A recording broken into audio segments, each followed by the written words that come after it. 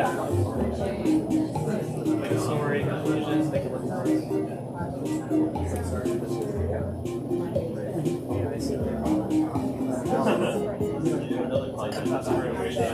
Software. So when you like you put in like your website, you go to like your programs, all you can like track customer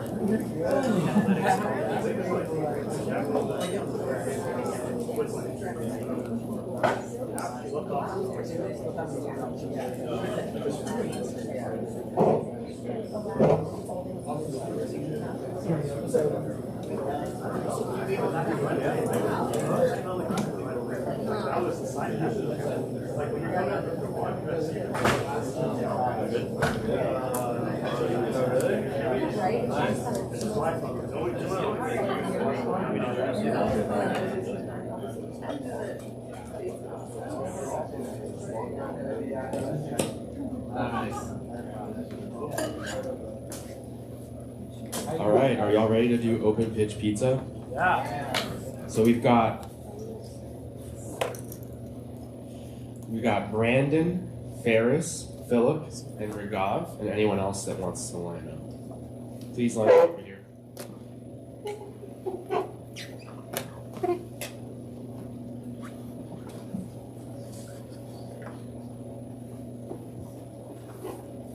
Hey, I'm up here.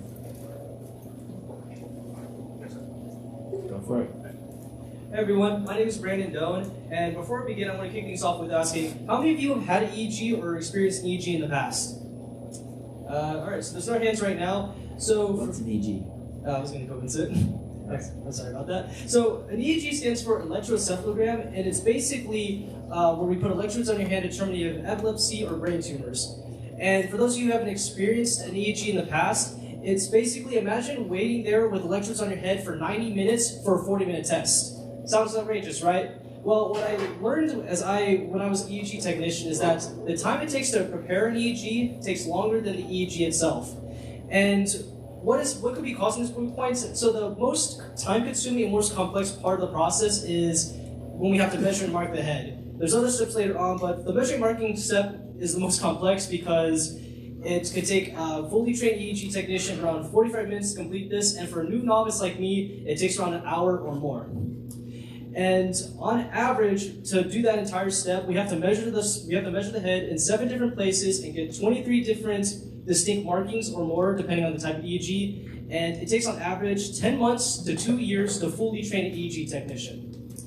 So to go into more of the solution part of the presentation, I wanted to figure out if we could create a cap or a cap that we both insert on the head, and so you can get the measurements instantly without having to use what we currently a measuring tape. And I won't go into too much details on the idea to save time, but ultimately think of the pain points we're trying to solve. This will be valuable to both patients and the medical professionals, allowing doctors to see more patients and allowing them to invest less time into EEG technicians because that 10 months to 2-year process. And ultimately, we're trying to envision a world where EEGs are more accessible for those who need it, and that's ultimately the vision of this idea. Thank you for your time. Sorry, start over. We'll do better. He's getting very excited about this right now. Okay. All right, so that was a really good pitch overall. It started off the strongest, and it, I do think when you asked like what's an EG, like it didn't have enough context. Like I might have said the whole name of it or something. But overall, yeah, and so I'm not sure when you ask that, like what you're kind of going for, because if everybody looks around and like nobody has done it, then that doesn't necessarily like it's not. It's telling you that you need to explain what it is, but it doesn't make them feel like, oh, this is something lots of people have to go deal with, and that might be another part of what you need to get across is maybe talking about the market, like how many people does this affect, or how much could be saved if this, if how much is spent on all the technicians that go do this because this is such a big problem. But I think you did a great job describing the problem and like kind of like, you know, like here's what it is and here's why this could be so much better. And a little bit too much of it, like you could have like, I got it, you didn't have to go quite so far. And so yeah, if you had just gone from at the end to like, now here's why this is a big problem, this is why it affects a lot of people, that would have been like a great closer. And I'll give you a chance to talk each time, but don't feel like you have to. So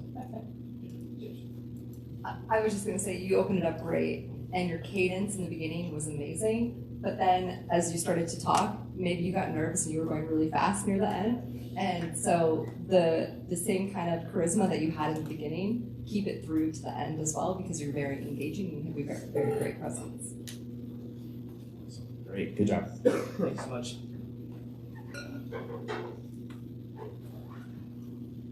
How's everyone doing? Good. That's great.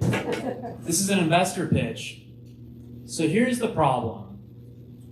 Whenever you get information about a customer, you're going to have something called a CRM. This software is intended to track your customers through your company pipeline. What happens when this software is antiquated, is not mobile friendly, and is not easily understandable for the most important team in a business, the salespeople? If the salespeople can't even pull up their list of customers on their phone, that's not a really good CRM. But at the same time, you want your employees to have a lot of data for the ones who are technical. So you have this interesting dilemma where you have the Salesforces of the world, which are incredibly full of data, but very difficult unless you are trained. And then you have the old, very simple CRMs, but you don't get the advantages of having all that data. So what if there was a AI CRM which you could talk to, and by using all the data that a business collects, you would be able to have those rich insights, build customizable instant graphs, and also have it easy to use for your sales teams, because all they have to do is talk, and talk to the software it can. That's my pitch, and thank you. That was a little better. Sure. I'm sold. I thought it was great. You did amazing. I really, really liked how intentionally slow you were being, because it makes people hang on to every word that you're saying. And it was very clear to me what the problem was and what the solution is. So I thought you did a great job. Yeah, really good job. Obviously you prepared and practiced, and like you were, and that makes a huge difference just to start with. I don't know if this was feedback you got last week or if it was somebody else, but it's good. It's good common feedback, which is just, rather than saying like, what if it had this feature and it had this feature, or what if you could do this and you could do this and you could do this, it's better to describe somebody doing it. And it sounds a lot different when you do that. And so you came out and that was kind of the, what if you could do this, and what if you could do this, what if it had this feature, what if it allowed you to do this, and instead, like especially in the case of a generative AI type thing like this, be able to say, well, in our case, here's what it's like. I ask it blah blah blah blah, and it replies blank blank blank, and then I ask it blah blah blah, and it replies blank blank blank, and like you can kind of tell it as an example. That would make it even more powerful.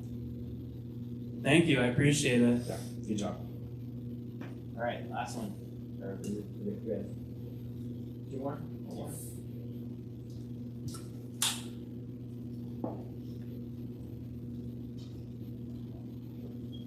Good afternoon, everyone. My name is Raghav Kalyararaman, and I want to know how many of you guys know about the Freshman 15? quite a lot of you know that this is one of the largest epidemics known to college campuses, seeing as it affects so many people and it's just going completely unaddressed. Now, imagine we had a situation, an app, where we were able to know exactly what food to get at which dining hall and when. Because right now, all we have are PDFs. We have all the information right for us, but it's so hard. It's like, I need to go through this PDF as I'm walking up the stairs of J2, and I need to see, I need to see, okay, today is Tuesday, okay, it's breakfast, okay, and it's all complicated. It's there, but it's hard to find. Imagine this app was able to simply tell us, it's Tuesday, these are your options, here you go, let's do this. Simple, easy. Now on top of this, imagine you have a certain set of health goals. I want to bulk, I want to maintain my current body weight, or I want to cut. Now imagine this same app kind of narrows down these choices to something that's easy, something that all you now have to do is open the app, tell it what you want. I want to cut, it already knows this, and it tells you, okay, for this meal, you're with all your friends, and you just go up the stairs and you say, okay, I need to go to this line, pick up this food, and as long as you don't need an extra set of ice cream, you'll be good to go, you'll be following your health goals. Because here's the thing, a lot of us have a lot of things going on, and what we want to do is stick to our health goals. However, we want to just stick to the discipline. We don't want to make those decisions, because making those decisions makes this whole process a lot harder. So that's what this app's going to do, in essence. It's going to make those decisions for you. It's going to make sure that you have the ability to follow your health goals at this university. And here's the thing, this app can also be applied to any dining hall in any college campus around the country. So let's work together to solve the freshman 15. Today I'm looking for people who are interested in taking surveys to prove our data and prove what we already know, and of course, software developers who would like to work with me to make this project a reality. Thank you all so much for your time.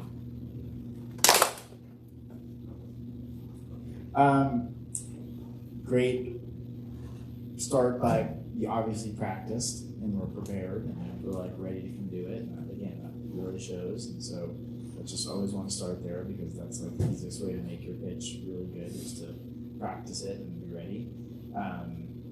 You did a good job talking about the problem, and you got better, like further along the way of talking about the use cases, like, but you can keep going further, like about the like rather than here's what the features are, like here's how you really use it. But you did better. Like you were talking about, like, okay, you're walking in and you look at the thing, but like I felt like I really understood it. I think we could have fewer examples and make like a really tighter one.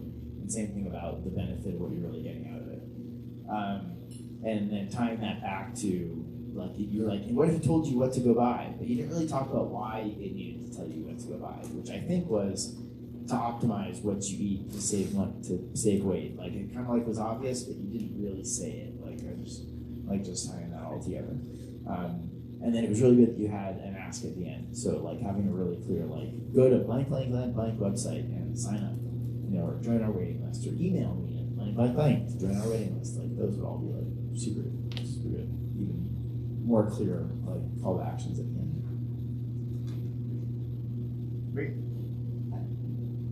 I just want to add great energy, all the things you're saying, all the things Josh was saying.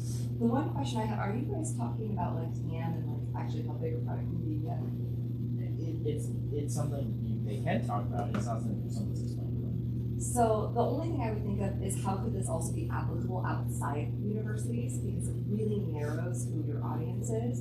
And then I'm like thinking, go to market, oh my gosh, then you have to go talk to all these universities, and the decision is going to take like years, and so I think your problem solution is there, but the actual buyer, that's going to be a big question mark. Awesome. Great. Yeah. Two more? One more? Where are we at? Two more.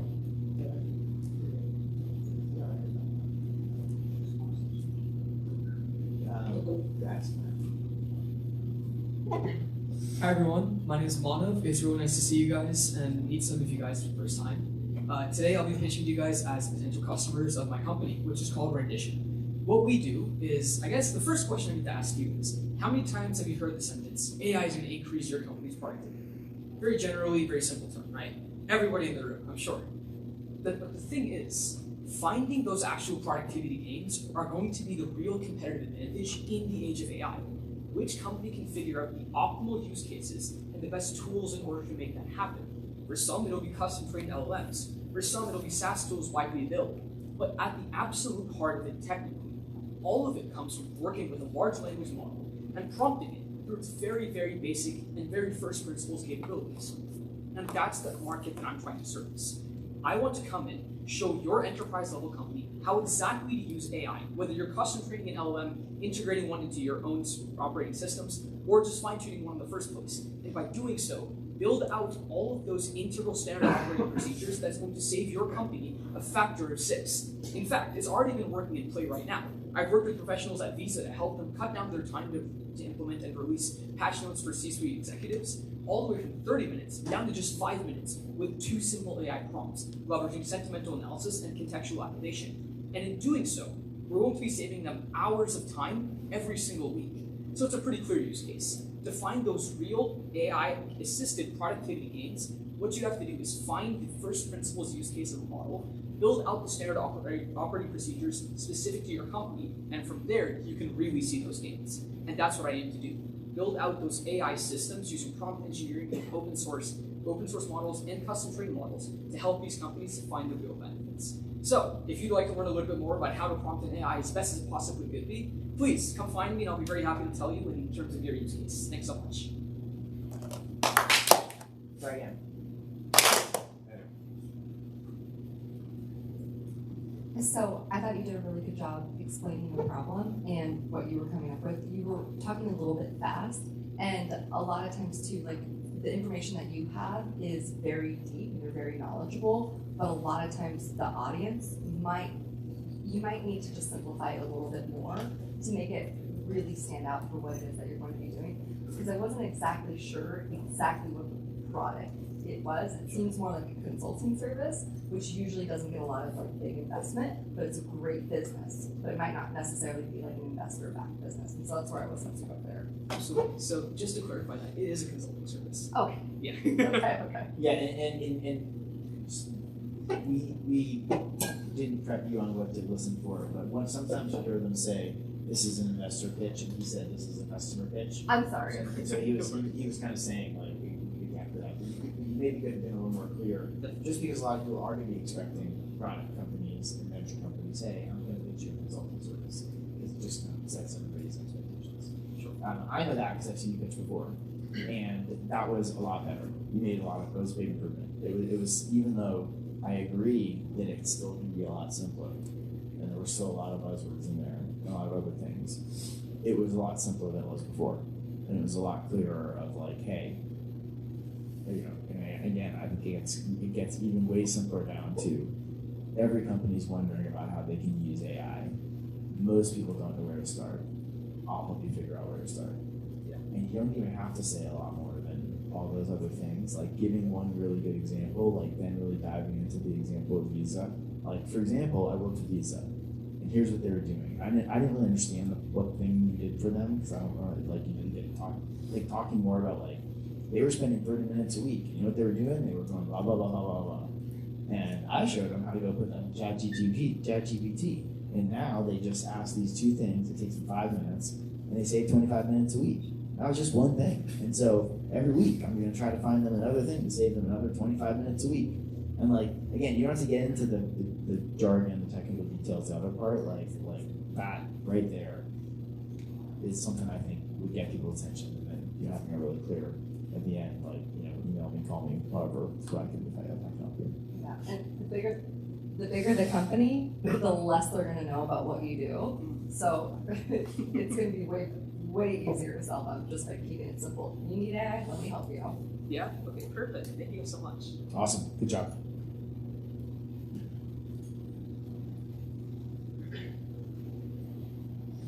Hey, I'm Pranav, and I'm going to be pitching an idea I've been working on for the last little bit. So, movies and TV shows, they have a power to engage us in new stories. They share new perspectives. They keep us in new experiences. The issue is, without carefully crafted props, costumes, scenery, the experience falls apart. It's just not as compelling. You lose your sense of engagement. Here's the problem on top of that. Props are expensive. They cost a lot of money, they're hard to source, and they take a long time to make, which is a problem for productions, especially productions that are small and productions that have a quick turnaround, which ends up being most productions. And then on top of that, when small productions are done with their props, what happens? Either they end up tossing the garbage, or they're sitting in some shelf just collecting dust. Big studios, what they have is a giant warehouse where they store all of this for their movies to use, lowering their new movies' costs. Small studios, local studios, indie productions, they have nothing. So I'm proposing a centralized database where all these productions can kind of pool together and get the same resources effectively that a big studio does. The idea is with this small with this small database, they're eventually able to search and query for a small subscription fee. They can query a whole wide array of props at a wide array of price points and reach out to these other studios directly. They can also sell their own props when they're done with their production to get some of their money back. And then with this, studios can find a quick and easy way to source a wide variety of props. Smaller films can be just as impactful, just as powerful, and just as compelling as the big ones. All it'll take is a few searches. Awesome.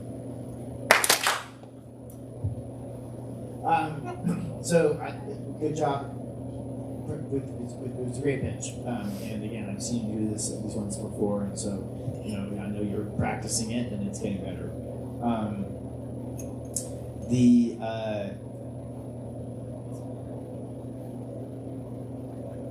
When I hear you talk about it, I get a little kind of like lost or less excited about like, well, how many of these small studios are there, and don't they have any budgets, and like, is this really a market? Is this really an opportunity?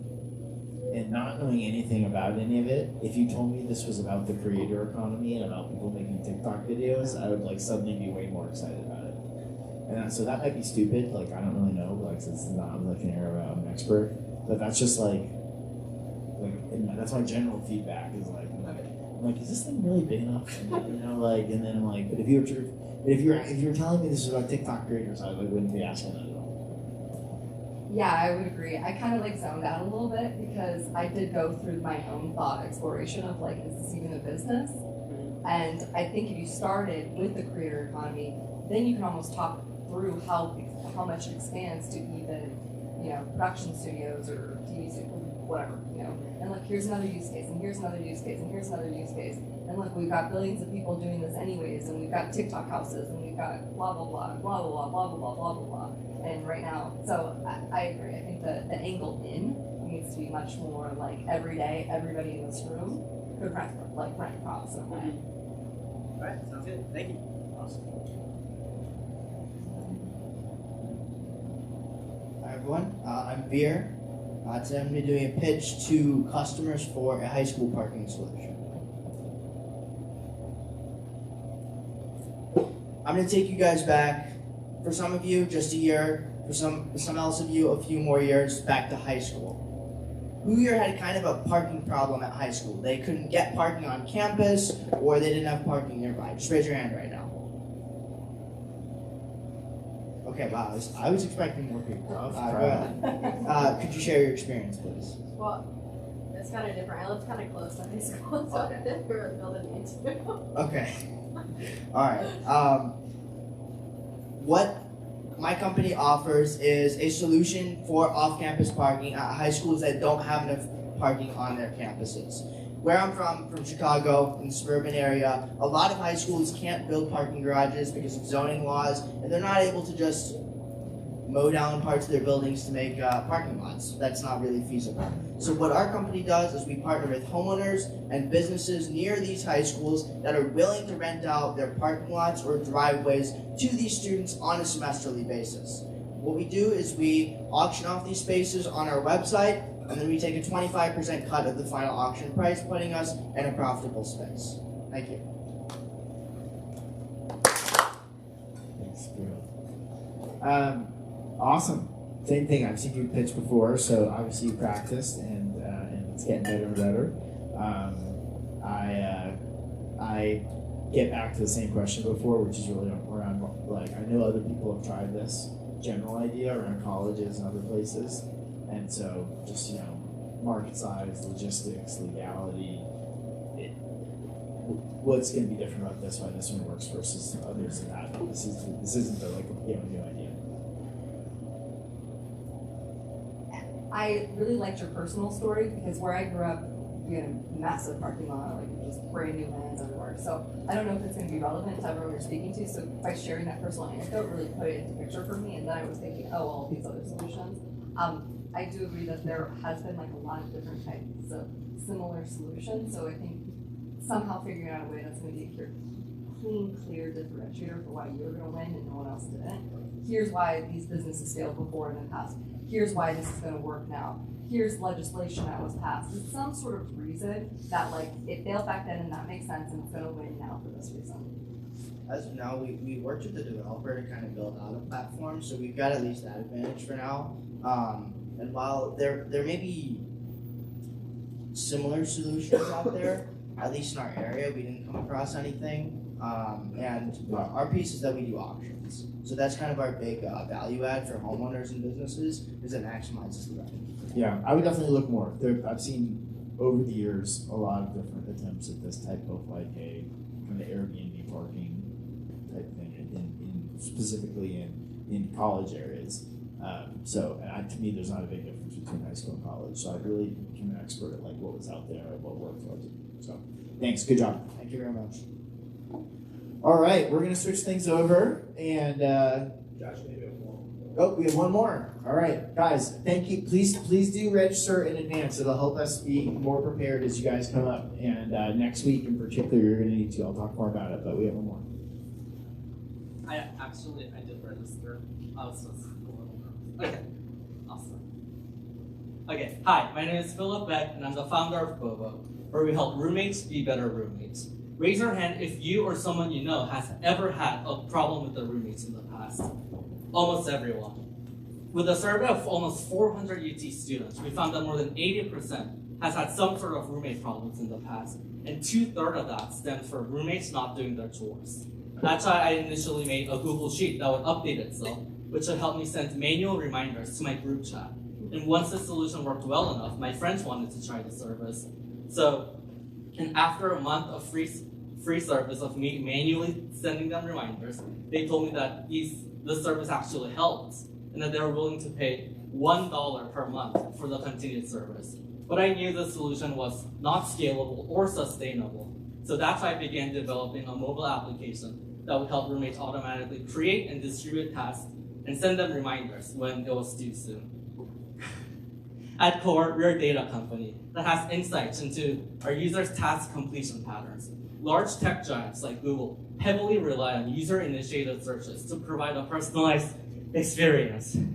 However, with our insights, we could predict what the users would need, even before they realize it. For example, if a user washes their dishes 10 times in a row without missing a beat, we could offer them a 50% off, like organic dishwashing like soap coupon. And if you could and with 97 million roommates across the US, if you could facilitate just 1% of these consumer goods purchases, we can earn up to $100 million in revenue each year. Currently, we have over 100 pre-registered users for our MVP, which I developed from scratch, and that's it. Thank you. Awesome. So I thought your pitch was great. I would try and speak slower next time, but you did great. I think you got the problem solution very well solved, and then you explained how you're going to make a whole bunch of money. The other thing is, I think you can be cleaner on the story who has problems with roommates, then this is blah, blah, blah, blah, blah, blah, blah, and then here's my social proof, and here's this. But then I would paint a bigger dream, and I would say, but it's not just roommates shelling out shorts. It's, think about it, businesses, task management, blah, blah, blah, but we can go up market, we can charge. Yes, we can make $100 million with just roommates alone. Now imagine a world, blah. I actually have a 10-minute version of this pitch where we talk about as like gender norms blur and families like the mom does the chores like are less and less distinguished. We can even go penetrate into the family market. But I think you could do it in 2 minutes. Okay. Just get it tighter.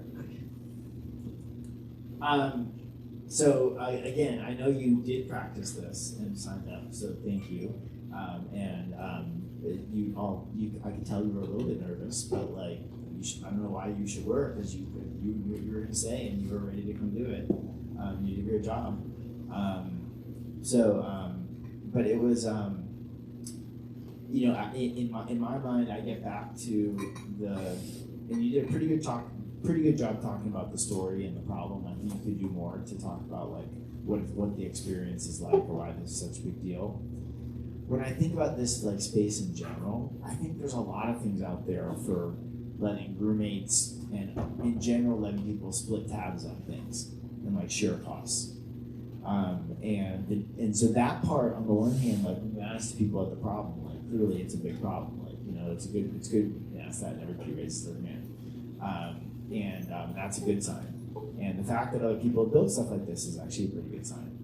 But then you went into the like, and we had this way of making money, and that was just kind of like all BS. Like you were just making up like a whole bunch of like, well, we're gonna sell data, and data is gonna predict what people are gonna like. I just in general, like 99% of any of the people that told me they're building a business where if someday someone's gonna pay them for data, no one's ever paid them for the data.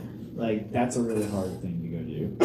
So I would get more excited about a different business model, one where maybe just like people just pay to use it, or you took a transaction fee as part of all the payments you're doing, or something else than the data part, or you having some proofs, you having some data to show that the data is really good. To focus more on the competitive analysis and like. And what, like I said to some other people, and this will play even into our talk with Jacqueline in just a little bit, like, well, why is your thing going to win when there's a whole bunch of other things that were like this? You're trying, like all of you got up here and talked about it like as this is like no one's ever tried this before. This is the first time I'm ever hearing about it, and like I've heard of it, like most of them, like I've heard of these things before, and that doesn't mean you can't win. It doesn't mean it can't be interesting. It doesn't mean there's not more than one. But but I would recognize what's different about what you're doing. Okay, thank you. Yeah, good job. All right, so I think I need to pick a winner. Last week, everybody won Gel Blasters. This week, I think the last one, I think you're the winner. Oh, thank you. Yeah, and it's because I think you improved a lot from last time, but yeah, I think you made a lot of progress. So make sure Matt gets your info, your Venmo, so we can Venmo you the difference. Thank you. All right, so you'll get $100. All right, so for next week, we have changed up the schedule a little bit, but it's pretty much just gotten better and better. I mean, we had a good one before, but next week we have Bill Gurley coming in. I don't know if anybody know who Bill Gurley is. That name sound familiar? Anybody? The venture capitalist. Venture capitalist. He's a pretty big deal. He's a venture capitalist at Benchmark Capital, which is a big VC firm in Silicon Valley. And he was one of the first investors and on the board of Uber. So that was like one of his, not his only big company that was successful, but he was like one of the main guys behind Uber and on the board of Uber through all the things. And he's done a lot of other things too. So he's really thought of as like one of the best VCs. And he moved here a few years ago to retire, really. He's not making new investments anymore, but he's still on the board of a whole bunch of companies, and that's often the way the life of a VC works, is you end up serving out your term with the companies that you've signed up with. But it's pretty amazing that we're going to get him in here and get to talk to him. And he's a UT Austin alum, so he cares about UT. So that one will be a special event. You guys are going to get preference. We're going to save these seats for you up here up front, and we'll have some student reserved seating. We're going to allow some other people to watch as well from Capital Factory, because it's such a big thing. But we're going to turn to you all for the questions, just like we usually do. But I really recommend just being here on time and encouraging everyone to show up for that one. It's going to be really, really good. And for the pitches, that's the one, lots of people probably want to pitch Bill Gurley. I would, say one, please make sure to register ahead of time. That'll help us. With that one, we're probably not going to be able to have people, I'm guessing more people will sign up than we can just they do on the fly, so we'll have to go with the ones that are there. You're welcome to pitch again if you pitched before. Like, it's great that people are pitching multiple times. That's how you get good at it, is from practicing, getting feedback from different people. But we will also give some priority to people that haven't pitched before. So if you haven't pitched before, like, we'll encourage you to submit something and pitch. And it's just, yeah, it's a really pretty and awesome opportunity to get to pitch to like one of the top VCs in the world. So no pressure, but please, yeah, it'll be good. Who was at ACL this weekend? Anybody? Nobody in the whole class? One? Oh wow, yeah, I was. What? Oh, it was the Texas OU game. All right, is anybody going this coming weekend? A couple. All right, we have a couple going this coming weekend. Well, I was out there. All right. Let's jump into things. Today we have Founder Stories with Jacqueline Samira, and I'm going to introduce Jacqueline in just a minute. I just mentioned we've got Bill Gurley coming up after that. The following week, we're going to have someone in here, possibly a panel, a few people that have all been through accelerators in particular. So it's really like a chance to like talk to people about accelerators. What's it like? What's it worth? Is it worth it? You could ask Jacqueline some of that too. She's been through IC, but it's specifically what the focus of it is. We've got Bob Metcalf coming in, who helped me start this class and invented Ethernet and founded 3Com and is awesome. And then Jason Cohen, founder of WP Engine and a company called Smart Bear, which is a unicorn and really one of the best entrepreneurs I've ever met, ever worked with. And then finally, Diane Eisner, who helped grow Waze here in the US and has a new startup that she's working with for our pitch competition. So that's the rest of the semester. So one more to fill in. And none of this has changed. Let's flip through these. All right, and with that, I think we'll love to, Jacqueline, call you on up here. And do we have another microphone?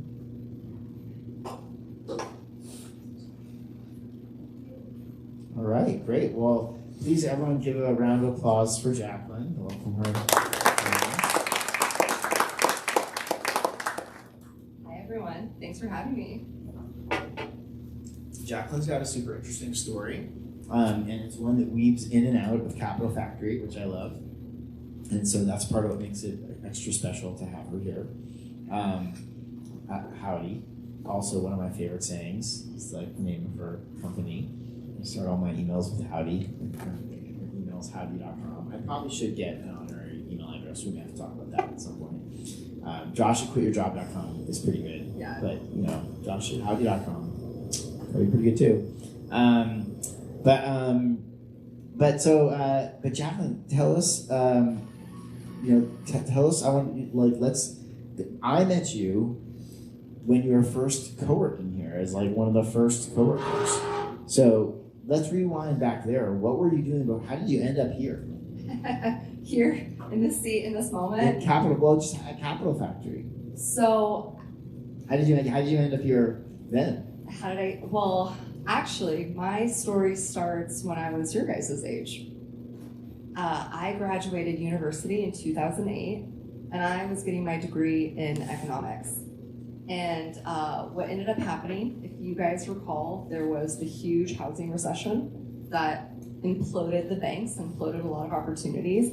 And my whole goal, right now, the hot thing to do is to get into tech, I think, right? There's lots of cool things, tech, AI, but the very cool thing to do when I was your age was to get into iBanking and was to go and do that whole Wolf of Wall Street thing. And so that was my dream. That's what I was, gearing up to do when I graduated, and I couldn't get a job to save my life, at all. I was on the honors roll. I did all the things. I checked all the boxes.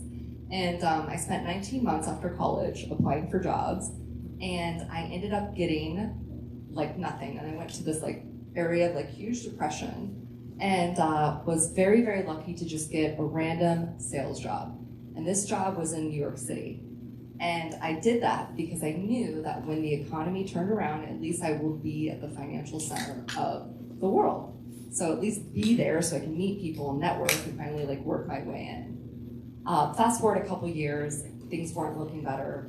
And I just realized I kind of had a knack for sales, for people, for meeting with people. My company at the time relocated me to Austin, Texas.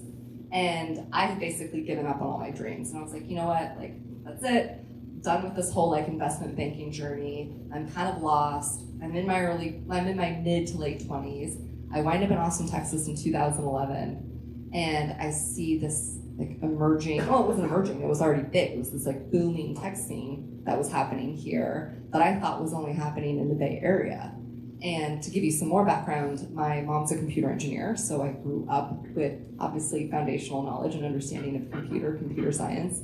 I never went into it, obviously. But then I started to see the scene bigger. Obviously, Josh and Capital Factory, I would go to a couple events here. And I remember thinking to myself, like, gosh, like, how do I marry my sales acumen into the world of technology? Again, this was also like... I thought you were going somewhere else for a second there. And I just started networking. I started meeting people. I started coming to events here. And sure enough, there was a job that opened at a company here at Capital Factory. This is a Capital Factory company, owned local. They were also a YC company. And I ended up being hired as their VP of sales. Of course, I worked really hard in sales to get to that point, to be able to be hired. And then I moved into it, and that was my first stint at Capital Factory. And then I was there for a couple of years. We were doing $4 million in revenue when we started with the company, got it up to $12 million. Then there was another company that had gone through the Capital Factory Accelerator program called Shipwell, and they had a mentor so Greg Price, who's the founder of Shipwell, met a mentor through Capital Factory, who was also a YC founder, that ended up joining as a co-founder. And when they were starting Shipwell, again, they knew my CEO at the time. They were looking for like a sales leader. And so I joined that team on the ground floor when they were just getting started, back in Capital Factory again, and took them through. We raised a $2 million Series Seed, then a $10 million Series A, and then I left that company to start Howdy. So. Wow. But it's funny, not every story interweaves so much with Capital Factory, but everybody's story is interweaved with a lot of different people.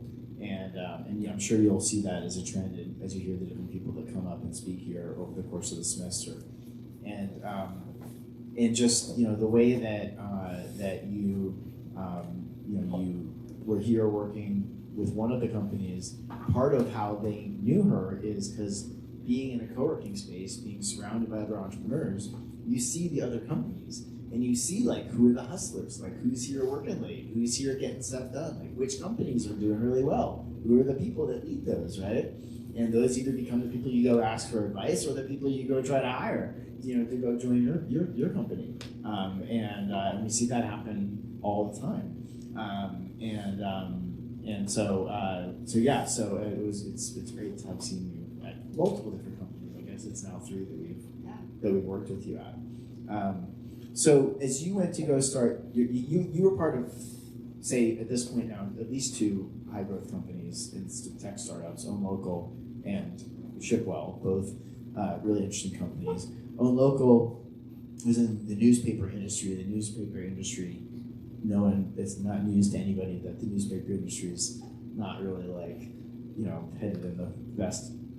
It's gone through some tough times. So that business did really well for a while, and then really kind of seemed to get off its growth pattern. And then Shipwell was a rocket ship the whole time that you were there. It seemed from my perspective, and has continued to do that. And so at both times you got to be part of a bunch of different teams and gain kind of different experiences.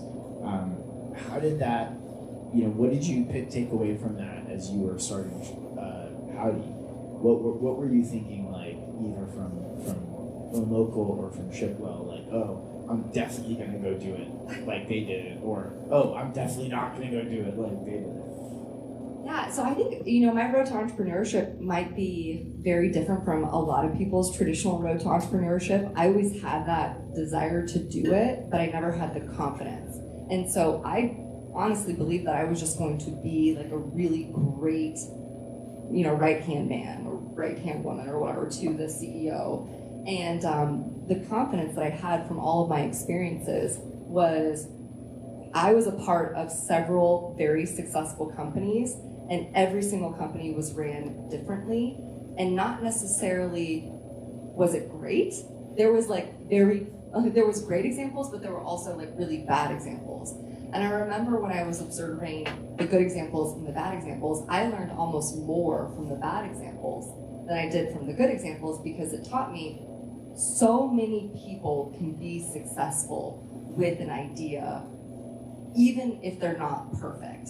And for some reason, I always had it in my mind that like, you had to be the smartest, you had to work the hardest, you had to be the best at all of these things in order to achieve, the A or success or whatever you want to call it. And it's like, you can still achieve success even by making wrong moves or bad decisions. And I think it was just the lifelong experience of seeing success even with bad decisions that gave me the confidence to be like, shoot, if all of these examples lead to this, why can't I try it myself?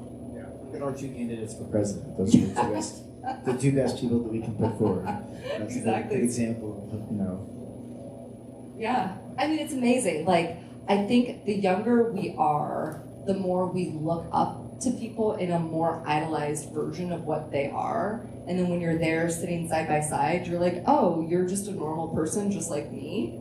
Like, what are the differences? The fact that you tried and I have yet to try, that was a huge takeaway that I had. It's like, oh, I just need to try. Like, why not me? Why not me? Was kind of the thing that I kept going back to. All right, so everyone got up here and gave their pitches. What's the howdy elevator pitch?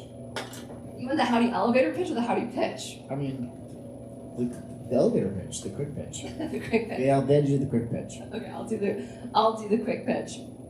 Howdy helps companies hire software developers in LATAM. In Latin America. Latin America, that's correct. Howdy.com. Howdy.com. Do you want to hire developers in Latin America? Yeah. Okay. Why would you want to hire developers in Latin America? So can I give you my problem? Yeah. Can I give you guys my problem? So I had all these fast growth companies that I was a part of, and I had revenue goals that I had to hit regardless of what other departments were doing. And what ended up happening in 2015, 2016 is there was like granted, it exploded in 2020, but in 2015, 2016, there was a huge influx of capital coming to Austin specifically. More VC firms were moving here, more people were moving here, more businesses from California were coming here. And it was very hard if you were a startup or if you were like on the ground floor to build your tech team and compete with FANG companies when they were getting $500,000 compensation packages. And so for me, I'm like, well, gosh, like there's smart people all over the world. This is like a really, really silly problem to have, rather than all of these small companies trying to pay $500,000 for top talent. Why don't we just expand the talent pool? And then also conversely, from like a social component, elevate people that are in third world countries that maybe need more access to opportunities. So can we create a bridge to give them opportunities? And so that was kind of like I was actually looking for that solution back then for my companies. It didn't exist. Fast forward, I was like, you know what, let's just go build it ourselves. Had you done outsourcing from those other companies? Yeah, so at Schipul, it working? Yeah, we actually hired a few developers at Andela. And I remember thinking, Andela is a company that raised like gobs of money, and they were based in Africa. I was like, this is amazing, this is incredible. The talent was awesome, but the problem was the time zone change. We had to wait 12 hours to be able to communicate with our team. So it's like anytime we wanted to get a solution, we had to wait the next day and wait the next day. And we didn't want them working our hours because that's a terrible quality of life. And so I was like, I wish there was an Andela for Latin America. And there wasn't. Well, outsourcing is, on the one hand, nothing new. Yeah. Like, it's been happening for a super long time. Outsourcing to Latin America is, an upward trend, but like you didn't invent that. For all the reasons you said, like same time zone, big benefits there. Seems like a crowded marketplace. Like, it seems you're not like going, and it was kind of like a lot of the pitches that we heard earlier today. I said to them, okay, well, this is great, that sounds cool, but I've heard this before. Why you? Like, why are you going to be successful? So, like, why you? Why Howdy? Why were you able to get into Y Combinator? Why were you able to go raise so much money, tens of millions of dollars? Why are you think you can maybe go public someday, like with this business that lots of other people do outsourcing? Yeah, solve that problem at the biggest level, right? I know it's a great question. I started very. I almost did the opposite of probably what you guys are going to be told here. I started very small. I just had this problem myself, and I wanted to help the companies I was working at create a solution for them. I tried to find the solution. It didn't exist in the way that we as a small tech company wanted it to exist. What do I mean by that? Tons of outsourcing companies all over the world, tons of product development companies. I even went to 5 different countries down in South America, meeting with companies. Hey, would you be able to work in this way? And there was 2 main things that were happening at the time. The first one was outsourced product development. No tech company is going to want to throw their product over the fence and say, hey, I'm going to give you the specs, so you design it. So that was the first one. So that solution was out. The second one was more of like a staff augmentation type model.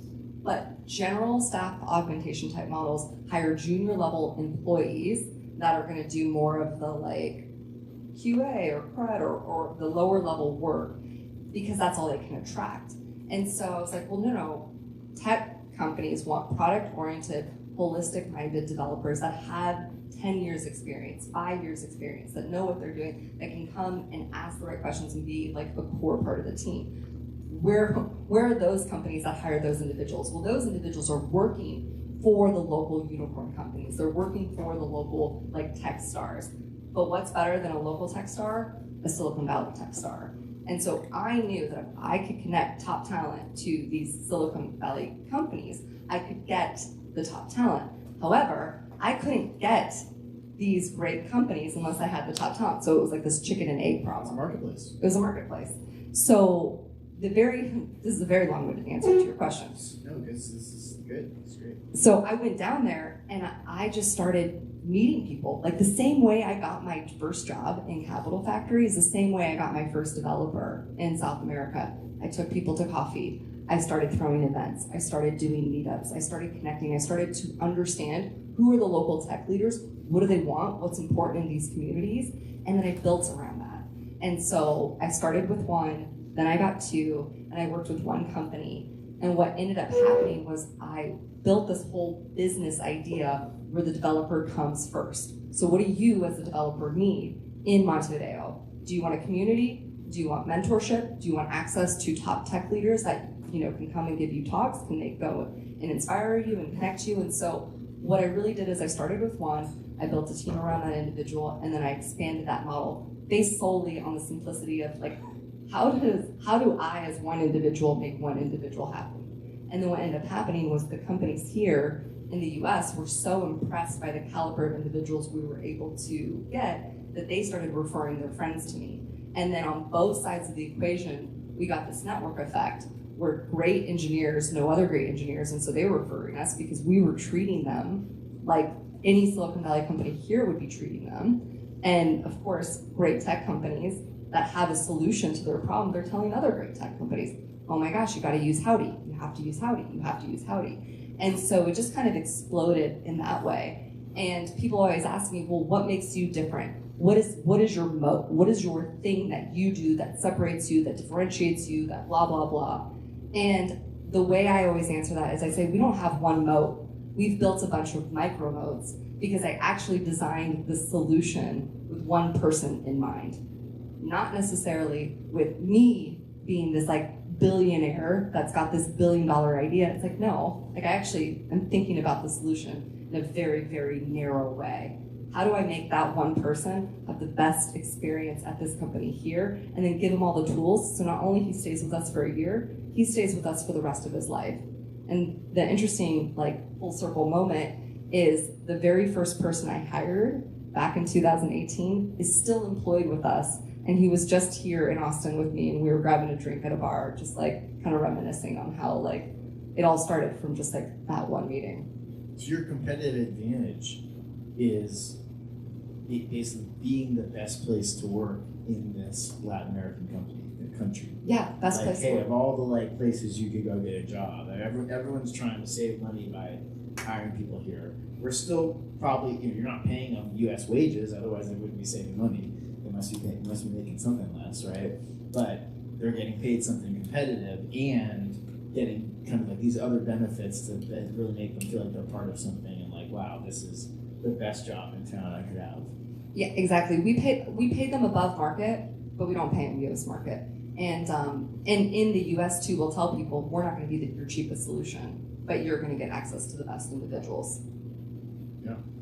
But yes, it is because of all of the other things. Because what we realize is most people, it's not a monetary play. Like once you cover the dream of what they want to make, everything else is like the little things. What's important to them? Is it growth? Is it growth in terms of like personal growth? Is it educational growth? Is it, we're doing things to help with families. We're doing things to help with children. Like what is important to the individual is important to us. So you got into Y Combinator. So super competitive. Without question, like if you're going to do an accelerator, if they even want to call it that, it's the best one to go do and be part of, and something that I certainly highly recommend to anybody that has the opportunity to be part of it. Your husband, Lloyd, had also been through Y Combinator, and that was actually right at the time that I had met him. He was just getting out of it, and he kind of for a while. Before then, he kind of became the old guy. He was like the guy in town. Like if you wanted to get into Y Combinator, like go talk to Lloyd. Like he could like kind of give you some advice and like tell you who to go talk to. So you kind of had like, I'm not saying you didn't get in on your own, but like you did have this like pretty good advantage of like he was already the guy I would have sent anybody to go ask how do you get into YC. So like you've got all the secrets because like you're married to him, and you did it yourself. So what's your advice for somebody from Austin, from Texas, that's interested in Y Combinator? One, how do they even know, like, is this even like, should I even do it? Like, is this even like worth my time? Like, do I have any chance of getting in? And then two, how what gives them the best chances of success? So I agree. If you guys want to apply to Y Combinator, you should definitely talk to my husband because he is very good at the YC application. But there's two things that you need to think of when you're thinking of applying for YC. Is they are reading thousands and thousands and thousands. I can't even. I could quantify the number. I just don't know it off the top of my head. But you have, when you're writing your application can't just answer the questions. It has to tell a compelling story. So you have to make sure that like what we do, the thing he always says to do is answer all the questions, like pull out the questions, put it in a Google Doc, answer all the questions. Now take all those answers out and then put it all together. Do those answers separate from the questions, tell a story, and is that story compelling? And then go tell that story to your mom. Does your mom like it? Because if your mom doesn't like it, that's your first. That's a really bad sign. It's a very bad sign. Your mom's gonna love everything, right? But that really helped me solidify what it is we were doing, we were trying to do, and then our proof points there. So that's the first thing. And then the second thing is, if you apply and you don't get an interview, or even if you get an interview and you're still working on the business, apply again. We applied the first year, we didn't even get an interview. We applied the second year, we got an interview, we got in. And the nice thing is, I pulled up the first application that we had written, and it told a very good story. And then the second application was pretty much the exact same story. We didn't change much, but the numbers were different and the traction was different. And that was when they talked to us. And so, and I believe, if I'm not mistaken, they will have your previous applications there. And so a lot of times they might even be testing you like, are you serious? Are you still doing this? Is this important to you? So if you can show, hey, 6 months later, not only are we still doing it, we're more convicted than ever, and look at the traction we've gotten, they also might have that would give you a leg up in terms of like them wanting to talk to you. So in addition to getting into one of the most prestigious, accelerator communities, you've also raised quite a bit of capital, venture capital, and it's something that any company would be super proud of. There's probably not that many women that have raised as much venture capital as you have. I know. I think it is a sub 1% amount. It's crazy low. I bet. So wow, pretty impressive right there as well. Tell us about your experience raising venture capital. How did you go? How much did YC play into that? Did that make a difference? And then when you got out of the YC excitement and kind of buzz, and then you're now raising your next round of capital, and there's another 0 or 2, and it's a much bigger round of funding. What made the difference to allow you to think that? How could you convince them to give you that much money? So I learned this in sales. You have to create urgency, even if there is no urgency, and there has to be a deadline. And you have to be okay with sticking to it. And it's this scarcity mindset somewhere, either you or them. And so I went into we did a seed round. We ended up doing 2.9 million on 20 pre, so 23 million after. Now I will say that YC really helped a lot with, they manufacture urgency by doing demo day. So they do this thing where you're part of this 3-month program, and then at the end of it, they do a demo day where you get to go and pitch in front of 5,000 investors. And during that pitch, then these investors get to say, yes, I want to meet with you. At the end of demo day, we had 93 investors asking to meet with us, which was an insane amount of investors. Prior to YC, granted, I wasn't necessarily trying to fundraise but I didn't have any investors reach out. There are just founders out there that you'll meet, they'll be like, oh yeah, this investor wants to talk to me, and this and that. No, I wasn't that darling tech sweetheart where every investor was like, let me talk to you. It wasn't like that. I only got people interested in me as part of this YC component, but a lot of other YC companies that I was in my class with, they had a hard time raising, and they had the same number of investors interested in meeting with them. And the most important thing to do is just show some sort of traction with anything. And so I went into it thinking, well, hey, I've got something more important than what you can give me. What I have is equity in my company. And your money to me is less valuable than my equity to me. And so if you go into a conversation with having something of more value than what you can give them, you're not afraid to walk away. You're not afraid of turning down a bad deal. But if you want that money more than you want your equity, you are going to give up a whole bunch. And I think that level of confidence when you're having that conversation carried through, because they can actually read if someone is desperate for something or somebody wants something. Trust me, they're a lot better at it. These investors have met with thousands. I mean, I don't know, how many pitches do you get all the time? Right? You can smell it from a mile away. So when you go into a conversation, you have to think through, they will smell it on you, so you have to find more value than what they can give you, at least in these conversations from my standpoint. So that's what we did for the seed. It ended up being very successful. And then the most important thing is just execution. We put our heads down. Investors were trying to talk to us for the next year thereafter. We didn't talk to anybody. And I said it more, and I wasn't, never to be rude, just, hey, really focus on the business. When we're interested in fundraising, we'll reach out. We're not sure if we're going to do it again. And so I carried a list of all the people that have reached out to me. And then when we kind of peaked up and we're like, okay, we're getting traction. This is going very quickly. This is moving. Business is going really well. And at the time, there was a signal in the economy that the economy was imploding. And so I looked at my co-founder and I was like, hey, do you want to do a capital raise so that we can build some money in our war chest just to be safe? And he was like, yeah, it might not be a bad idea. Let's do it. And so all I did was just reach out to the people that had asked to talk to me to begin with. And I said, hey, we're flirting with the idea of potentially doing another raise. And I would go to those conversations.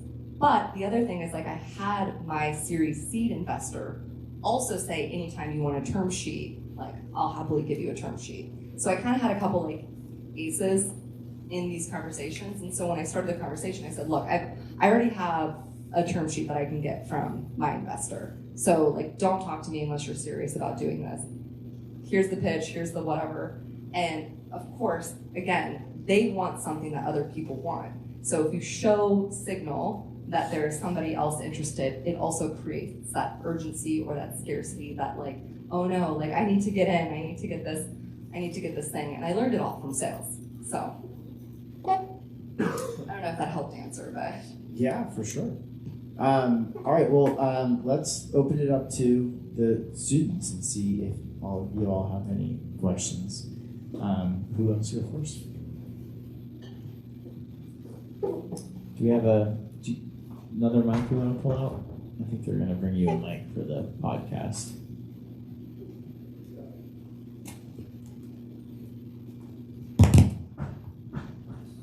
Apparently it works.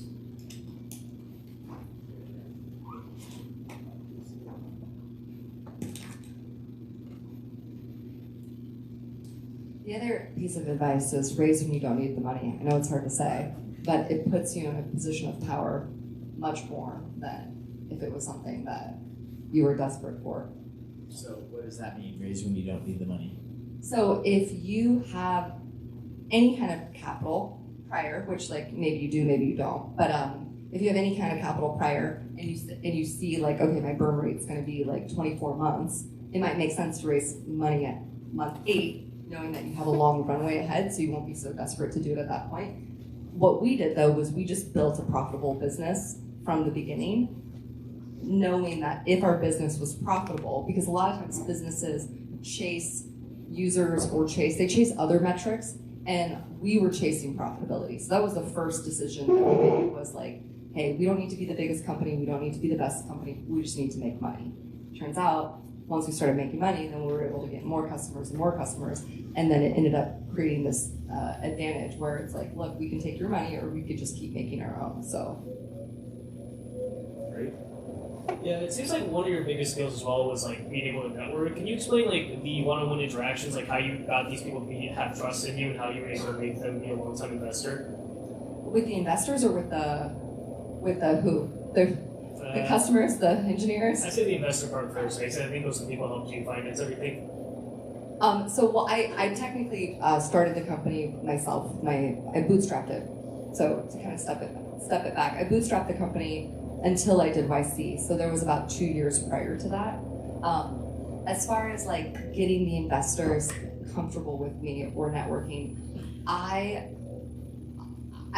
feel like my networking for investors wasn't as strong as my networking in other things.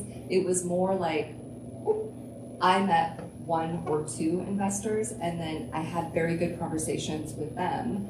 And I met a couple other investors, and I didn't have as good of a relationship in the first conversation. And so what I started to realize is that some people I really vibe with right off the bat, and others I don't. And once I met another person, like the 5th conversation I had that I really vibe with, it's like, hey, you know what? Like, I really enjoyed this conversation. This has been really easy. Do you know other investors like you that might be interested in meeting me? I would love to just expand like the people that I know and the people. Would you mind like setting an introduction? And so even just like making that ask, but usually like if there's friction in the conversation or friction, they're gonna feel it too. And if it's an easy conversation, they're gonna feel it. So if it's easy, that's when you can make the ask like, hey, we seem to get on, we seem to see eye to eye. Do you know other people like you? And that's one way.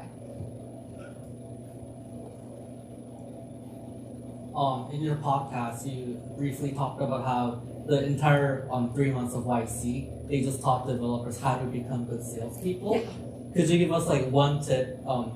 If you're pre-product, how can you be a good salesperson for your product? And how would that differ if you already have an ongoing product? I love this question. So the thing that and to give a little bit more color to that, was a lot of times developers will make the mistake of hiring a salesperson. And this salesperson is supposed to be this magical unicorn that then makes sales happen. but that never happens. So what they're saying is nobody knows the solution better than you because you're developing the solution in your mind as you're going. How do you develop that? How do you get customers? Well, the easiest way to do it is do what I would call market research. Just reach out to people that you may think might be a customer and say, hey, I'm building a product, I'm doing a little bit of customer research or market research or whatever it is you want to call it. Can I ask you some questions? Would you be willing to give me 5 minutes of your time? I'd really appreciate it. And then give I'm a college student building this thing, blah, blah, blah. More often than not, people will actually say yes. But usually if you use this, I always use this number of 100. If I want to get one person to talk to me, I have to ask 100 people. And so if I just make it this simple numerical equation of okay, if I want to talk to 40 people, multiply that, I've got to ask 4,000 people. And that's it, it's as simple as that. And I think a lot of times too, non-salespeople will go into it and be like, well, I asked 10 people and no one wanted to talk to me. Well, yeah, you didn't ask enough people. It's as simple as that. Go ask 90 more, and then you've got one person. And so I think there is this idea that you get rejection early on, and then you're like, oh, this is bad, or this is dumb, or I shouldn't do this, or this proves it. And it's no, it doesn't prove anything. You just haven't asked enough. So I mean, this idea of you just haven't asked enough, fundraising. Really, you just need one person to say yes. Right, especially a lot of times that one lead investor that then once you have the lead, suddenly the rest of them become easy. And it might take 50 or 100 conversations to get to that one lead investor. And the rest of them all can be no, no, no, no, no, no, until you get this one that says yes. And then suddenly everything's different. I mean, look at Canva. Canva is probably a product you guys are all very familiar with. I think she said she did close to 500 pitches before she even got one person interested. And and that goes to a bigger problem of the people that are investing and all that jazz. But still, maybe it's not necessarily you, it's just you're not talking to the right investors. There's thousands of investors. So talk more about what the right investors are. What's that mean? What kind of different kinds of investors? How do you find the right investors? So it's within so there are people that when you have a conversation with them, it shouldn't be a pitch, it should be a conversation. The right investor is usually someone that understands what you're doing and what lane that you're in, and usually will ask the right questions, or they'll give you the right objections. If you are talking to someone that clearly doesn't understand or is asking questions where you're why are they even asking that question? It may be a signal that you're not communicating clearly, but it can also just mean they don't get it. And that's okay. It's okay for them not to get it. It's okay for them not to understand your industry or understand your solution or what it is that you're trying to do. And a lot of times investors will have chips on their shoulders, or they'll have biases, or they'll have things where it's oh, what were you saying? Oh, the parking lot idea. Oh, I've seen this. Yes, 20 years ago, there was a bunch of these ideas because Airbnb came out. It was so hot. So then literally the next year, everyone was I'm the Airbnb for this. I'm the Airbnb for this. I'm the Airbnb for that. And so if an investor invented an Airbnb for that and you talk to them, they're going to be super negative when they talk to you. But if you happen to get someone that doesn't necessarily have that experience, they might be more excited. So I think within the first 5 minutes, you'll be able to gauge very quickly if someone, one, understands your industry, what it is you're trying to do, and if they're optimistic or they're negative about it. If all those three things are positive, then that's the right investor. If there's any kind of negativity there, there's no reason to waste your time, I would think, in terms of fighting them. A lot of times when people it's I had a big time Austin investor before we, it's funny story. I had my term sheet for $18 million on a $100 million valuation. I had my investors lined up, and out of a courtesy to this person, I took the meeting. And he just ragged on me the whole time. And he's like, okay, so what's your round? Give me the details. And I was like, oh, the round's pretty much closed. I just took this meeting as a favor. And then in that moment, he was like, well, can I get in? It's no, screw you. You just ragged on me. I'm not gonna. So, you also don't want those investors either. Yeah. What about just the fact that there are different investors looking for different things? There's real estate investors, there's startup investors, there's late stage investors, early stage investors. how do is there any kind of, and any tips on navigating that? How do you end up in front of the right people so you're not just pitching the wrong people that don't get it? Yeah, I mean, I'm terrible at that. I was just pitching everyone. But yes, no, there is the best thing you can do is go to their website, read about their fund, read about their mission, but I would say look at the investments that they do. Usually investors will have a thesis of what they invest in and why. And if you fill in the what and the why, it is going to be a good conversation for the both of you. If you're trying to like narrow it in, I wouldn't. But the biggest indicator of what they do is that look at the previous companies that they recently invested in. That would be the biggest signal. So particularly with professional investors, with VCs, like the fund as a thesis, we're a climate fund.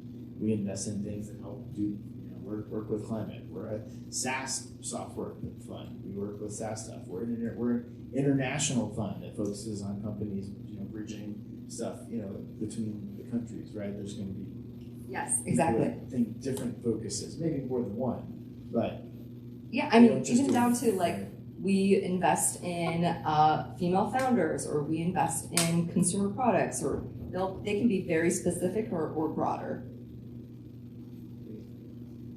Other questions?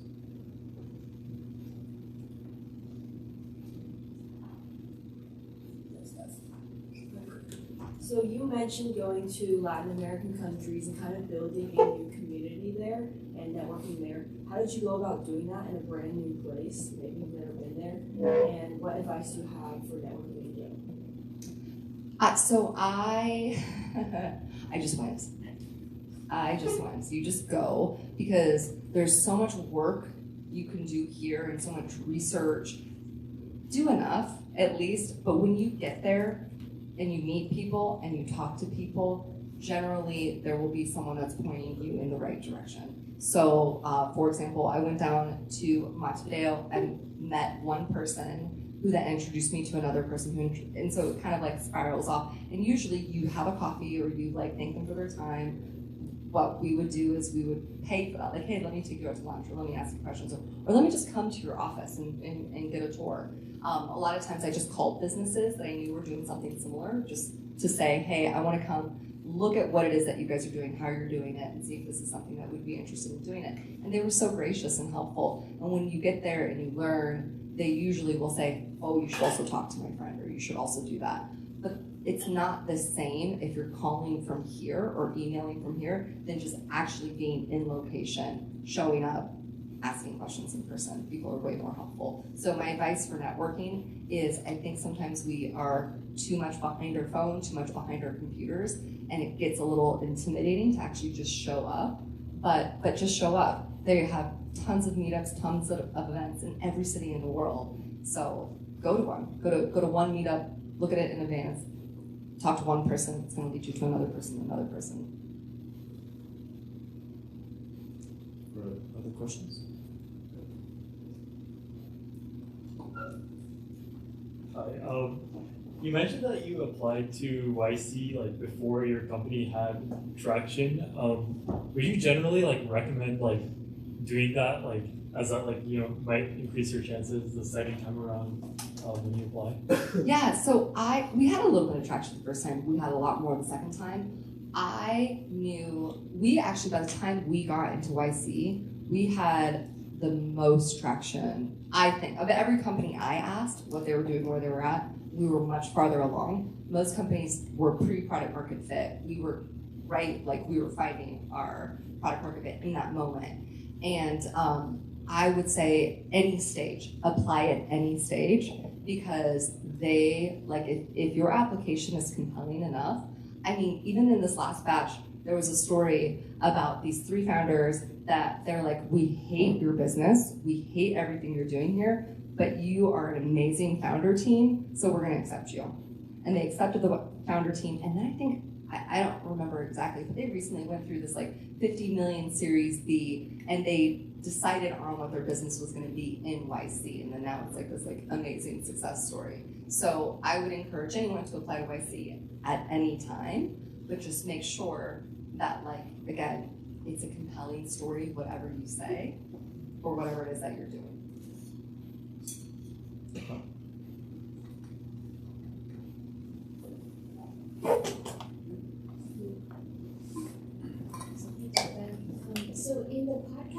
mentioned that sometimes people have a bad experience with sales representatives because they're trying to force the wrong product market fit, if that's correct. And so I'm wondering what we should be looking for as we're trying to pitch our ideas to customers to determine if it is the right product market fit. And if maybe, because I would assume in some cases it might be the right fit, but we're not communicating it the right way. In other cases, it might just not be the right fit. So how do we differentiate that? I think the easiest way is just how much friction do you have? So when you're asking questions about their problems, what it is that they have, and then if your product is the solution to their problems, then it should be a simple, like, yes, awesome, how do I sign up, where do I start, let's go. And so if they are not at a place where they're saying, wow, this is awesome, thank you so much, then you don't have product market fit because you're not giving them a solution to their problem. And so it might not, it might be for various reasons. It could be you didn't present it correctly. It could be you didn't actually hear what their true pain is. I mean, there's a million different reasons why. I would say that in my experience, most people are too quick to want to give the solution before really like diving into understanding what is the real pain, what is the real problem that they're suffering, because they're so excited to talk about themselves. The more you hear about them, the easier it is to position what it is that you're doing. I think also when people hear product market fit, a lot of times they're first thinking about selling it, like how to get people to buy it. But real product market fit is people using it and like really benefiting from it, right? And like that's completing the circle. That's like they bought it and they're gonna keep buying it. They're gonna buy it again, you know. You know, there's a company that I have an example have in mind where they've sold a whole bunch of these products at a $150,000 price point, like dozens of them, but very few of the companies renew, and very few of them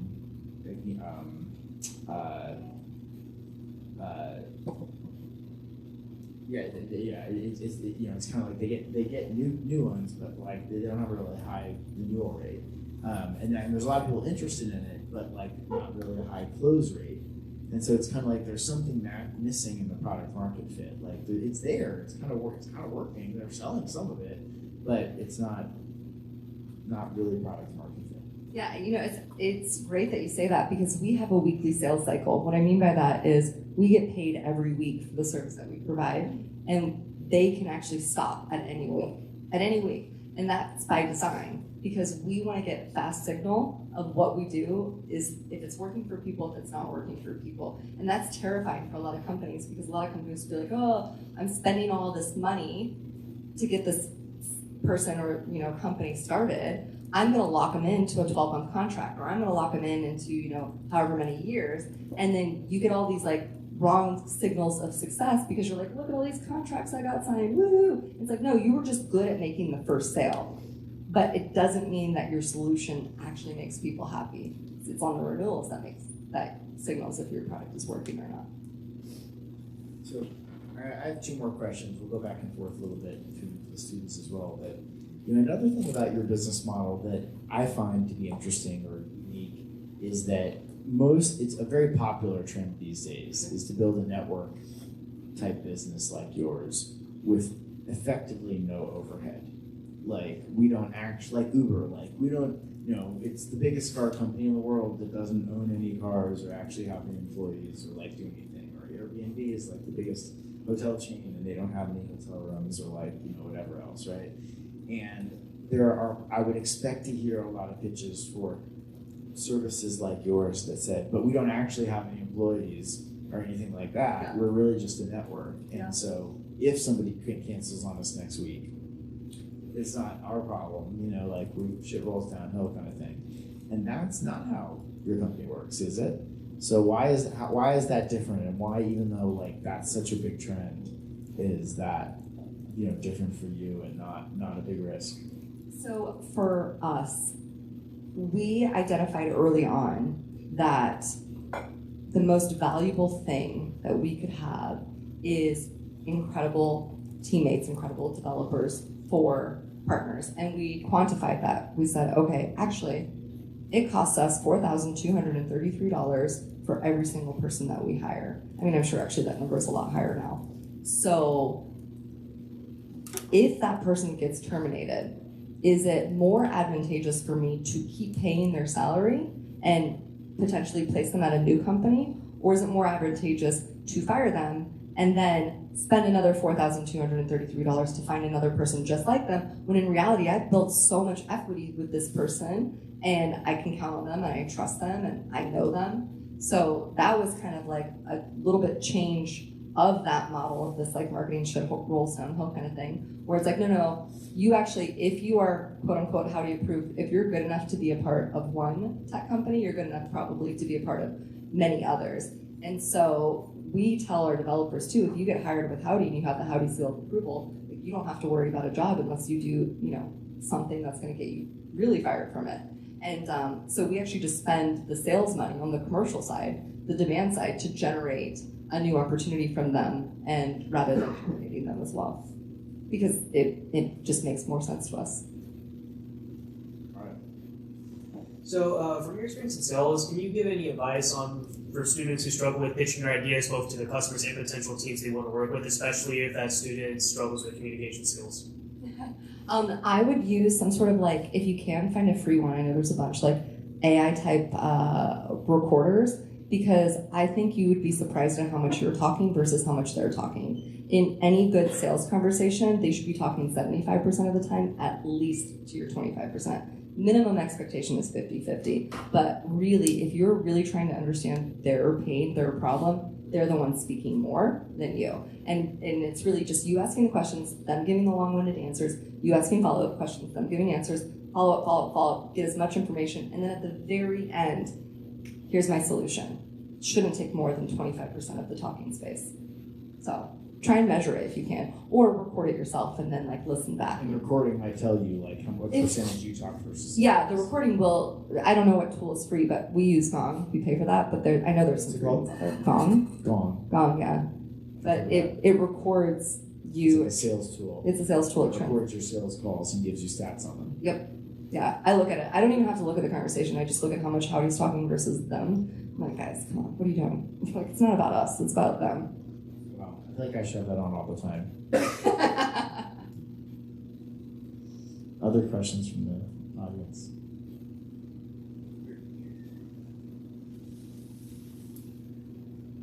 If my memory serves me correctly, and it might not be, you guys are aiming to go public?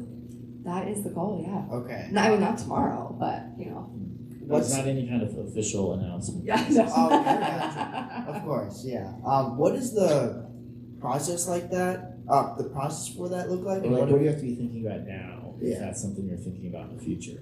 I was gonna say the process. I don't know. Let's see when we get there. But no, I built out the business plan to take us to the amount of money I deemed would be a publicly traded company worth type business. So you have a financial plan that gets you to. Yes, it's 100 million revenue would be my guess. 500. 500 million. Yeah. 500 million top line, 209 gross profit, and 100,000 to the bank, or 100 million to the bank. Sorry, that's the. Wow. Glad we invested. Yeah. So and it's a certain number. It's a certain KPI. Like how many teammates do we need at partner companies? The number is 4,633. So how long will that take? Well, in 2021, it would have been 5 years, but things have slowed down a little bit. It's about 7 years, probably. 7 to 10, maybe, depending. But things are turning. Yeah. In a good way again. They say you always overestimate what you'll get done in 1 year and underestimate what you'll get done in 10 years. It's true. I mean, gosh, we started 5 years ago. We just had our 5-year anniversary, and it's mind-blowing to see just how much is where we are right now. But I actually looked at a presentation I made in 2019 to the team. I was like, oh my God, I was ridiculous thinking I was going to achieve all of that in 2020. I also wasn't anticipating COVID, but here we are. Yeah. Any other from the students? Well,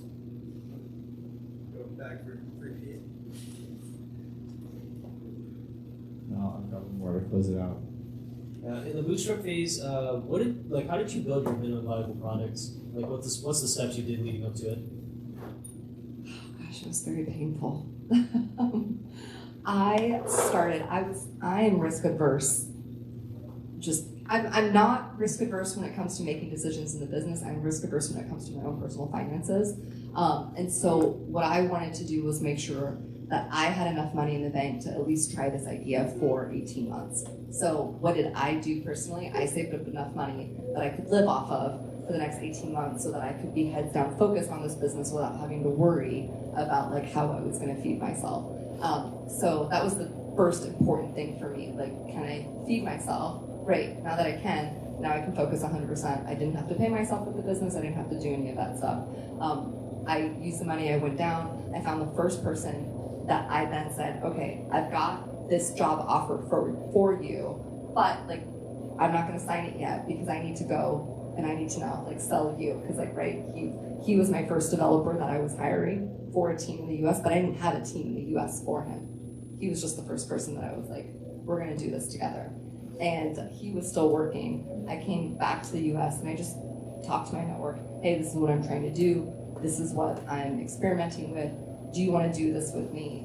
This is what the cost structure is going to look like. And I got a couple people to say, yeah, like, let's work on it. And it was just, again, it was like week to week, month to month, in terms of like, when we were setting this up, I had to open up a foreign entity in Uruguay, use the funds for that, learn about FX exchange, learn about all of these different things, and learn about foreign tax law. And I don't even know the US tax law, let alone like Uruguayan tax law, but I had to figure it out. And so it started to like move along, and it was working because I put a little bit of a spread. And I was very transparent with everyone. I was like, look, I'm not making any money on this. I'm just trying to prove that this works, that you can hire a team in Uruguay and have them be just as effective as your team in the US. And that sounds very trivial right now, but I promise you in 2018, people were not hiring remotely. They just were not. They were like, you had to be in office if you wanted to be hired.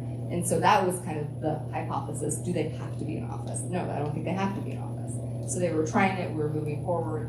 And then fast forward like 6 months, I got hit with a $40,000 tax bill. And I was like, why do I have this $40,000 tax bill from this like Uruguayan government? Am I gonna go to jail? What is happening? What's going on? And it turns out that like in Uruguay in June, they get this like half-month salary that's just extra to the salary that they're already making, and they get it again in December. But like no one told me that. So when I was promising these guys salaries, they were also anticipating all of these like extra salaries. I also didn't write that into the commercial contracts here into the US. So when I went to those companies to say, hey, like, surprise tax bill for all of us, the funny thing was, the joke was on me. They're like, well, you didn't tell me about that, so like, you have to pay that. So I had to pay that, and that made my runway way shorter and way scarier because I wasn't anticipating any of that stuff. The beautiful thing though about failing is you learn. And what you do is you change your contracts, you change your languages, you change the things you do, because when you have failure, you don't want to fail again. And so very quickly, there was a clause in our contract, hey, any kind of like additional taxes is on you, or any kind of, and you know, it's helped us now in the future, but it was very painful in the moment. So how did I bootstrap it? I mean, I saved up a bunch of money, and then I had an anticipation of what life was going to be, and then it was absolutely not that, and it was hell. So actually, nobody gave you some big grant. Nobody gave you a big bunch of funding to go do this. You hustled for years. You built up the experience. You built up the network. You saved up money so that you were in a position to go have some runway to go do it. Yeah, I mean, I was 30, how old am I, 37? I was 32 when I started this business. I spent 12 years working. I put away a little bit of money every single month, and it amounted to $100,000. Well, it was $150,000 by the time I got here. It was not, I made a lot of money and I saved that money. It was saving as much money as I can when I was making not more money, which I highly encourage everyone to do. All right, so my last big question for you, in pretty much every way you could measure, you are exceptional by the definition of that word. You taught you effectively, worked your way up through being a great salesperson. You were able to become a founder and a female founder.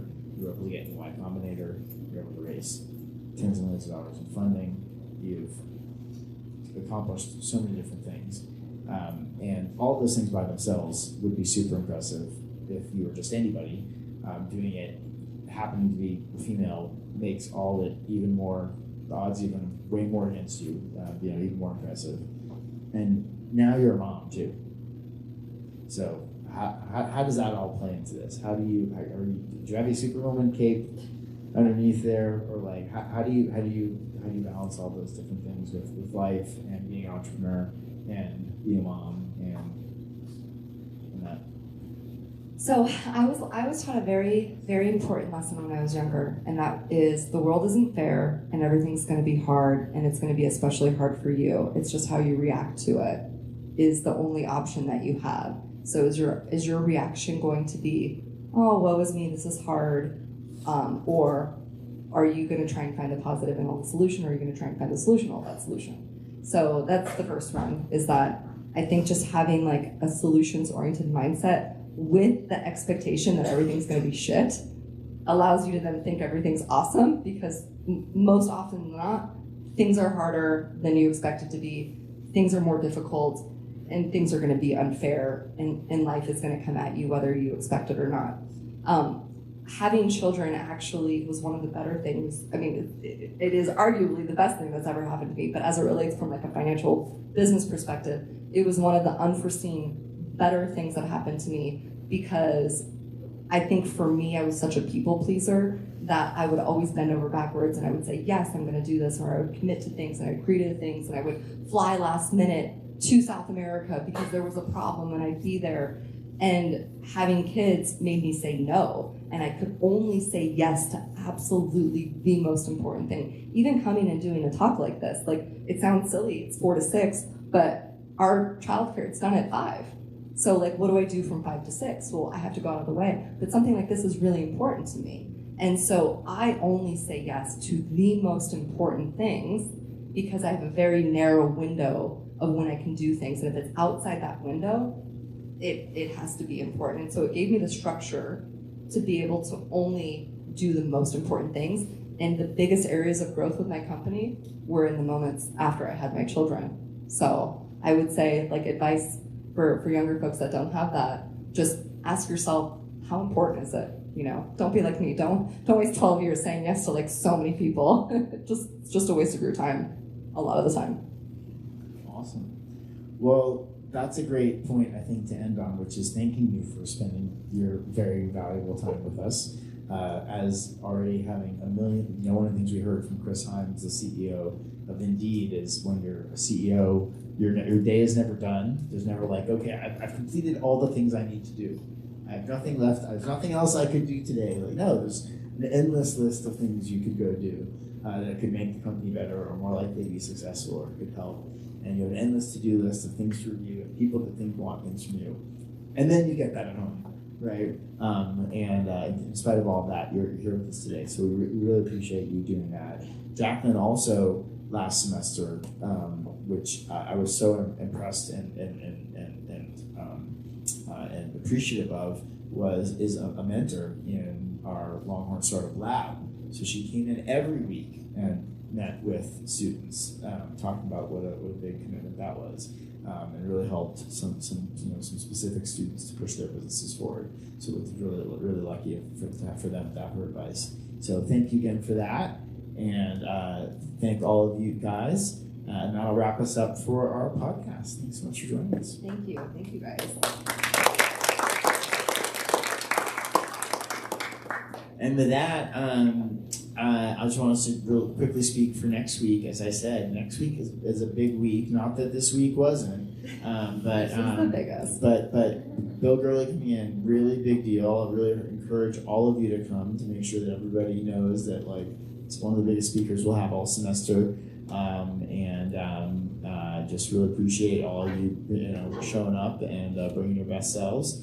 I would really encourage you to submit pitches. We'll probably have to look through it. I'm guessing there'll be a bunch of people who want to pitch one of the best venture capitalists in the world. So we'll probably be looking at those ahead of time to pick which ones we have time for. So please submit those ahead of time if you can as well. And Matt, is there anything else that we should be sure to mention today? parking? Parking validations. Matt has parking, so VA parking voucher. You can get it from Matt. Any questions from any of you? All right. Thanks so much. We'll see you next week.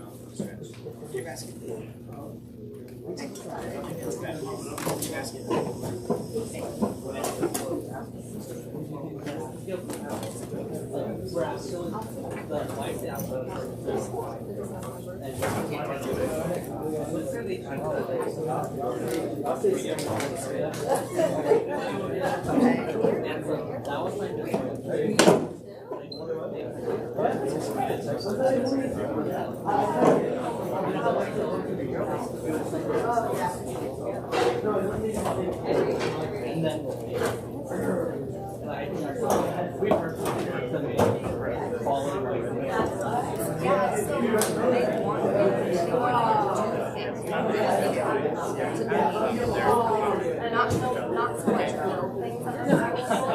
So I would say that like if you kind of when you're doing your pitch, so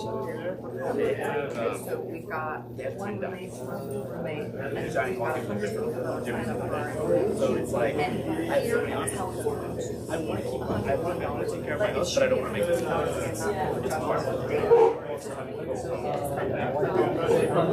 okay, give me 2 or 3. Then choose from 2 or 3. And yeah, I'm not surprised. and that's what I see that so like don't tell them that, but do it in the background. Like we do some that is supposedly automated because the idea is we'll build the automation for that. But you don't need to talk about that because they'll think that this guy's going to do this.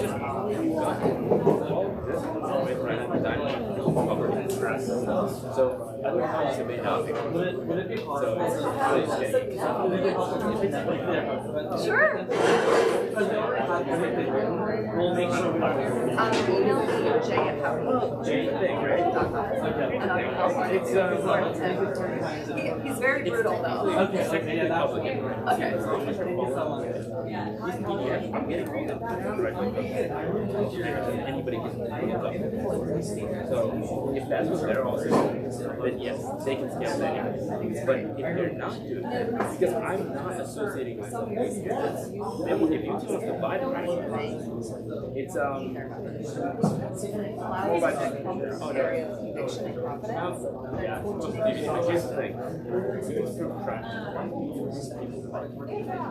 That's my first before I get it. So there's like a bunch that I have that I would add. That was very strong. Yeah, just about That wasn't of the thing that I was do that one. use that Then I go into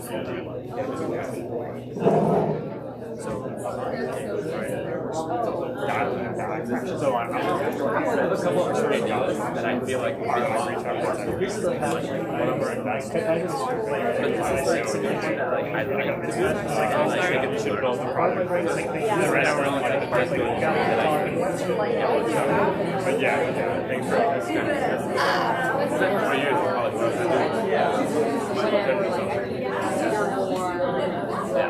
it's like low risk. It's low risk. I'm not paying any money for and devices because I was told at the time it's not money. So at the end of the day, it's very well.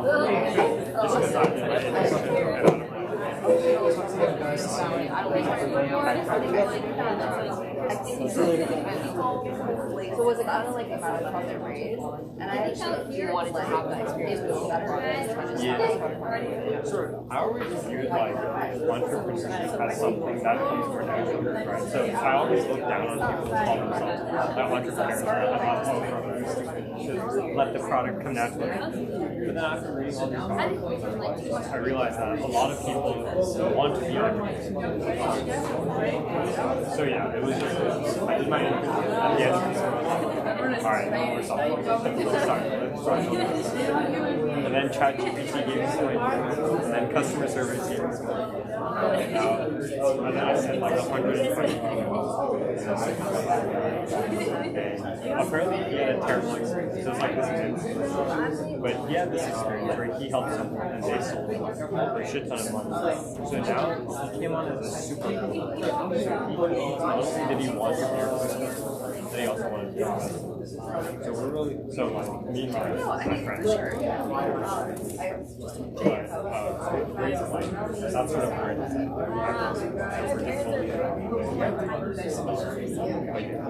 The whole thing was just to escape data science.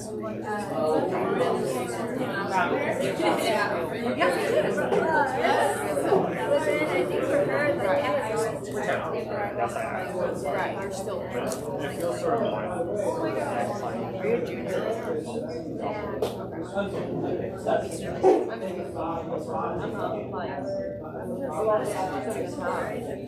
Like I know you like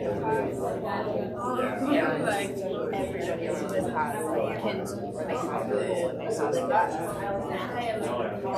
Like I have friends who are juniors and seniors now. They didn't get their first vision for years. I think I will obviously great to get experience before even if it's my journey, I think it's like lots of great entrepreneurship. I feel like everyone, I'm sure you learned so much just in one day. I was talking to this guy like that's my bag and then we're stuck with two and it was wild. Once this goes, then I can whatever else. I feel like if the work comes, if this becomes something overall, then I could justify taking this guy. So much to do, right? And like but you have a choice to say, do I want to go do this thing with my daughter from gymnastics? I mean, it's a weird guiding factor, but I do want to drop it. I feel like if I drop out, that sort of says, alright, now I have something worth more than going to college. That's something I wish that's out there in the universe that's not being privilege is like, you can be an entrepreneur. I don't think it's tough. It's actually easier to be an entrepreneur. I know some people that are like, this is really passionate. I believe for me, because somebody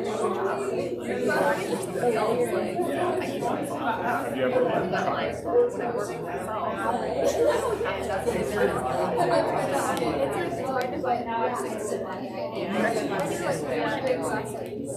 well, I mean, can you send me a message on LinkedIn or even like my email is jay@ross.com. We can stay connected.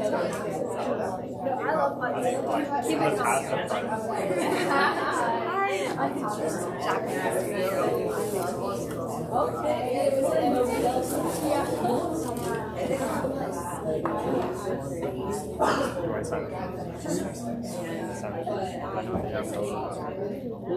They have hella. Oh, I've heard of Cuban links, right? And then Mexico. It's dangerous though. I don't want to. It's funny, like Thank you so much. I consider myself a pretty thoughtful person. It's just for your friends that and so I think I'm going to ask you.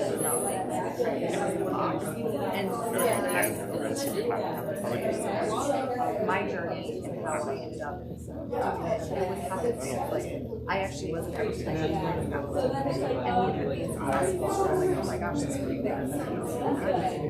And then when I was in our conversations, regardless of like they were trying to expand, the numbers were still. And so it was much easier to have a conversation because they couldn't do those things that people typically do. Like, like all that stuff. Like an example too is like I went to this event in Miami just like a couple months ago, and I had this like guy who had been drinking. Oh, sweetie, what's your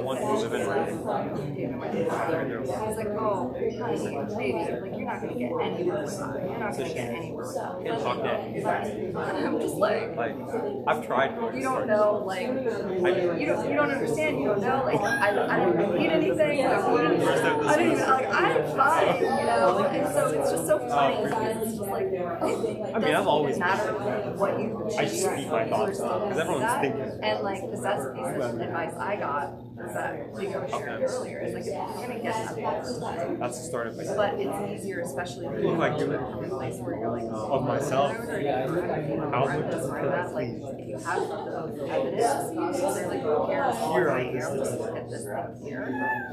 It opens up a lot of doors. So what advice I don't know if I ever gave advice. And for me, that's what works. And then when they meet you, they're like, whoa, what did you do? Bro, that's actually insane. And also too, I think from like my perspective, emails tend to be about what they achieve in a very visible way, whereas our counter-sex tend to like for example, it's like someone might say like, oh, you know, for like here's the example is I have 100 users, right? And like a woman on this side might be like, well, you know, we've only gotten 100 users to be in our platform. We're working really hard, and our conversion rate is, you know, 30%. One every. And then on this side, it's like, oh my gosh, we have already 100 users, and our conversion rate is a whopping 30%. And so just in the way that they're saying the same story, one is minimizing and one is maximizing. And so I've observed a lot of those differences, and I tried to take that language, and that also I'm hoping that because like when you're selling something, you're showing it in this light that this is amazing. A lot of times, even if it's not an amazing number, people might be like, oh, you know, I don't know much about that. Yeah, I'll take it. I'm sure that's great. People do mention words. I'll take veggie. We minimize ourselves, they're going to minimize us. We maximize, they're going to maximize. So this is yours.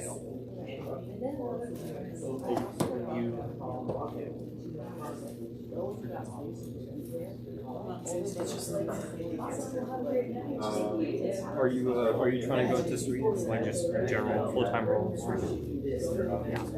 That's fine. You gotta break out of this. So, think about it. So, do you know the story of Anna Like, you've been in this high school, college, full time, and then once you enter full time, it's nothing. It's just abyss to retirement. But she didn't know anyone. Making your head is a full. Is that what you said? Exactly. What you said? And so, if you want to go break international, That's very exactly like it's gonna be hard and it's going to be expensive. And you're not going to meet people, and it's going to be like running into a wall, running into a room.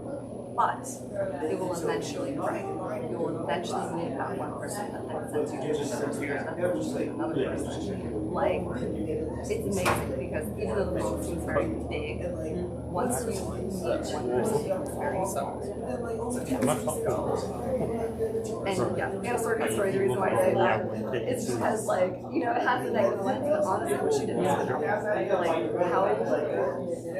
how can she write? So, in that same way, like, you have to, I think it's hard. It's hard. It's hard to, like, how are you? What are you interested in? But it comes from that, like, from a place of, like, I'm interested in doing this. I don't really want to. People are naturally interested. People want to help.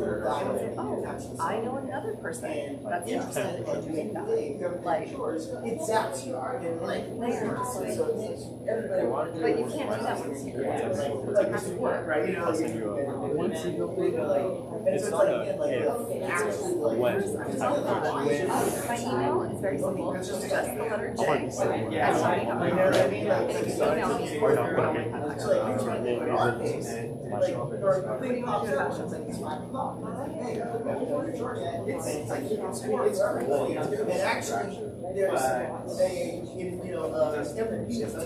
I would feel like you're gonna like lose 30% surcharge on the bread. But not on the area because you're gonna realize yourself. You're gonna realize your life. and like even just the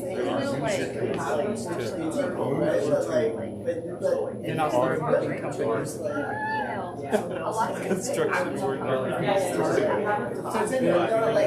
import while you're individuals that is at a fashion house or at a And pay them less than sports specialist or whatever. But They're just a merchandiser. migrant documents. I don't know what it is, but like find the person that is connected to the company or works for the company that might not have a high-level job that's not close to inbound and reach out, and then that can be like a first point of contact.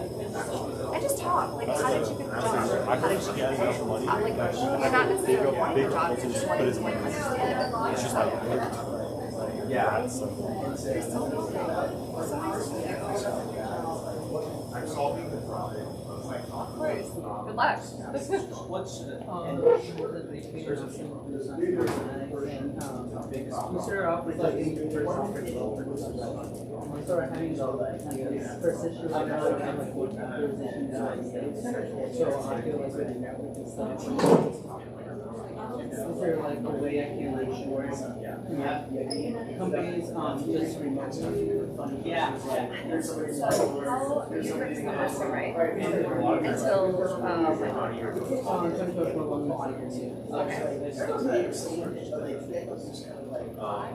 we don't deal with visas. It's usually what we do is they'll stay. Like, where are you from originally? Mexico. Okay, so yeah, we have a team in Mexico.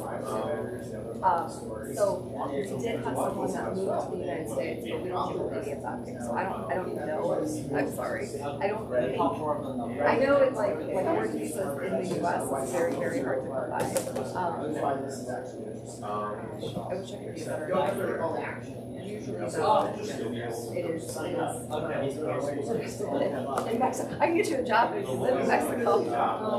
Yeah, I've worked at jurisdictions, I suppose. So like, I guess it's just honestly, I just want to experience and stuff. So just even if I can get it and stuff, just like have a job. To have the experience. Yeah. Well, send me an email with like your CV. And let me see. I can talk to my ops team and see what they can do. My email is j@howden.com. j@howden.com. What's the Mexico? What's the Mexico are you from? I'm from New York. How far, what made you choose Mexico? In like between Monterrey and Fantastic. Nice to meet you. There's lots of pictures out there. So, I might be something I will show you success. So, I guess they're using certified ratios. One's like story, like holding a lightsaber with like the time you start, the right time.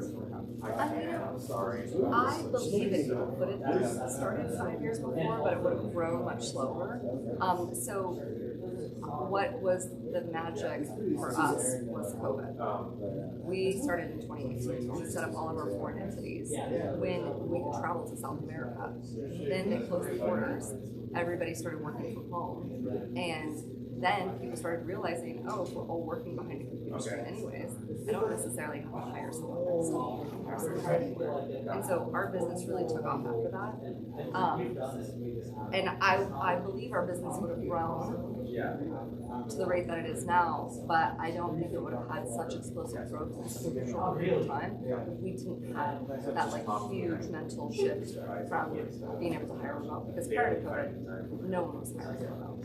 And so yeah, and when you started, was it more like there's a problem, and I think that was way more like I want to start a company what are some problems that No, it was, I personally was dealing with this very real problem because we had to hit revenue metrics, and the only way we were able to do that was if the product was basically releasing the features that they were promising, because I was selling the future to a lot of customers based on a product roadmap that I was dependent on. But we weren't hitting those numbers, so I had a lot of sales fall through because all these things that were supposed to be delivered to them wasn't being delivered to them. The reason is because we couldn't hire or retain engineers fast enough. And so after enough contracts canceled, I was like, this is a dumb problem to have. I'm gonna go find folks. Yeah. Hi. That's just really interesting. You have any other recommendations for me? I think the really hard thing is, like especially since like it's kind of like not everyone knows about it or keeping those with their own person. Do you have like general advice for like how I should? And the way I said the other planner is like Josh Reed's. Can you find a way to visualize it? You know, like so you spoke about it in terms of, for me, like what I'm still not clear on is like what is the problem that you're trying to solve? Is it for like hiring techs? Is it for ramping up techs? Is it for shortening the time? And then what does that do? I think I got this in, but maybe You might have, but sometimes I wasn't like a lot. So if you shorten the time, it allows them some more patients to do if it's easier, then you say have less investment for like it takes less time for them to train the actual technicians and way to So for me, a clear pitch would just be short time, more patients, means more billing, more billing. I mean, well, that's what I'm saying in my head is like, it's like if you can say like, hey, I had a very complicated pitch about what my business did because we did a lot of very little things, right? That meant a lot of important things to make this thing happen. And now I see the number one advice I got when I was talking because we did like mathematical models that did matching algorithms that also like placed people that had the highest probability of being placed. And I was like going through all of this like mumbo jumbo. And Tim Brady, who was one of the founders of Yahoo, goes, why does that matter? What is it that you do? What do you do? What do you do? You know? And I was like, well, we place developers in these companies from Latam. He's like, well, just say that. I was like, that's it? It seems so simple. And he's like, yeah, if they care about what you do, they're going to ask more questions. Then you can go into the details. And so, like, from your perspective, because yes, what you do is complicated, but you can speak to it. Try and make it as simple as like, hey, we do this thing that's short, like you explained it, right? But it's like, you cut that time down from 90 minutes to 20 minutes or whatever it was. What was it, like 90 minutes, 40 minutes or what? Yeah, but it's in the garage. Just took 3 out of 3 days. I see a ticket in my window from up here. And what do they do? At least it's not too I mean, like, what's the hospital do? Yeah, so the migration is just annoying only because yeah, the booking invites back because the booking industry you have to like repoint it. So, like, for It example, wasn't they book a patient necessarily. once a month, they have to sit there. I had a developer 2 years ago. Gotcha. So they can't have another person in this. We already had lights going. I mean, really think about the problem that you're solving. It sounds like it's shortening that appointment time so they can get more patients. Built a Is that right? website, ultimately So self-fired. I would try and find a way plugins on our to. WordPress website. 57. That's That's a lot. I don't know how Scared to else to say it other than like, hey, I what's don't it want like all that UG? junk under the hood. Okay. Yeah, we needed to build a new website. I ended up just saying, Yes, let's go so back to tech is the Wix exact opposite. because It's like, I'm a decent go into detail, on like Wix ask compared you to WordPress. questions. And it's like if But no if you speak developers in around, detail I'm up happy to front, do it. it's like, Yeah, just one person. not because it goes over their head. I'm using Squarespace. Everybody's Well, I always mean, thinking I of know a you're thousand using things at any The given key time. is So using unless the message is Webflow, which I clear, don't short, touch, simple, and I'm not involved in that to get them to particularly. perform Arteries, yourself, my they're not paying business attention. is So the moment you start speaking in jargon it's that too limited. you At least for understand, they my might not understand. what I've Well, been it told, makes but like I don't it want seem to like you know develop what you're a talking website about. out They're not interested. to make So what it you should do, like or I'm what's fine better, managing myself. I manage a very individually. simple pitch for what it is you're doing, and Expanding then it have to your anyone way who can go on and upload their own and then they're going to ask you more questions. I need it. I feel like grow it that way, into the oh, details it's and the just knowledge. And they're like, wait a minute, but how do you know this watch that I'm wearing? Yeah, And it's actually, you know, my dad's, you know, whatever it is. I'm hoping to get peace of mind for the first time. But like, a lot of times people will make the error of saying that up front. When really up front, it should just be like clean, simple. Because all the investors care about is how am I going to make $1 billion? Africa and that's when they're like when they hear you talk and you're speaking to investors. and are you bringing one person to kind of crew and film? How am I going to make it? Am I going to make $1 billion? Because they have bringing funds to do it. in that fund they have, let's just say, 500. The right way to do it. I mean, you throw it in Their goal is to take that 500 million and return a lot more than the money. They were given money by someone, so I give you $1. I expect $2 back. They were given 500 million. Someone else is like they're expecting. People are more comfortable. And so what all VCs do is those bets are I'm going to make bets, and one of those bets is going to turn into $1 billion return. That $1 billion return is No, not that. But like people just, you know, if you're like people they expect most businesses to fail, but they at least want to know that they have a shot at $1 billion with you. And so if you can somehow simplify the message in such a way that it's like, hey, here's a big problem. Hospitals, book an appointment. I don't know, I'm just kind of like, book an appointment, it's 90 minutes. If they can make that same appointment in 40 minutes, then they're doubling the amount of appointments they can book, which means average hospital bills X, you know, $10 million a year for this thing. Well, now I've just doubled the revenue by cutting that in half. Okay, if I cut that in half, I can charge, you know, whatever. But that's like kind of the talk about it. It's like you're making the hospital a whole bunch of money, therefore you're going to make a whole bunch of money. Because why wouldn't a hospital want to go from, you know, 90 minutes to 40 minutes? Of course they would. Because most hospitals are owned by PE firms. Yeah. Okay. I'll be here tomorrow. So. See you parked by the. That's the way that I would think. Yeah, I'm downstairs. Like your value is the fact that you're taking it from 90 minutes to 40 minutes, that they can double bill. I will not be in the garage tomorrow, so yeah, I will see you on the street. I don't know how much money they're making, but it's really good some money with you that you make that money. And based on that, like it's very easy for you to charge a hospital X, which is like an amount less. Okay, so go less into detail how it works and talk more about the problem and how people are going to benefit from it. I mean, the solution is always. I mean, when you are speaking to investors, in my experience, they're going to assume you know what you're doing, but they want to know, like, are you going to be the person that's going to get it to be $1 billion company? What's the simple business like behind it? That's been my experience, at least. Okay, I understand. Well, thank you so much for your time. You're so welcome. Yeah. I'm actually not a question. I like to be the icing. Like, just like, I was going to say thank you so much for coming in, Development. Seriously. I was back in the corner. I tried not to like be too loud with the students, but I love your story. It's so cool. I want to get coffee with you once it settles down a little bit. I would love that. Pick your brain a little bit more. Well, Yes, I will text you anytime. Yeah.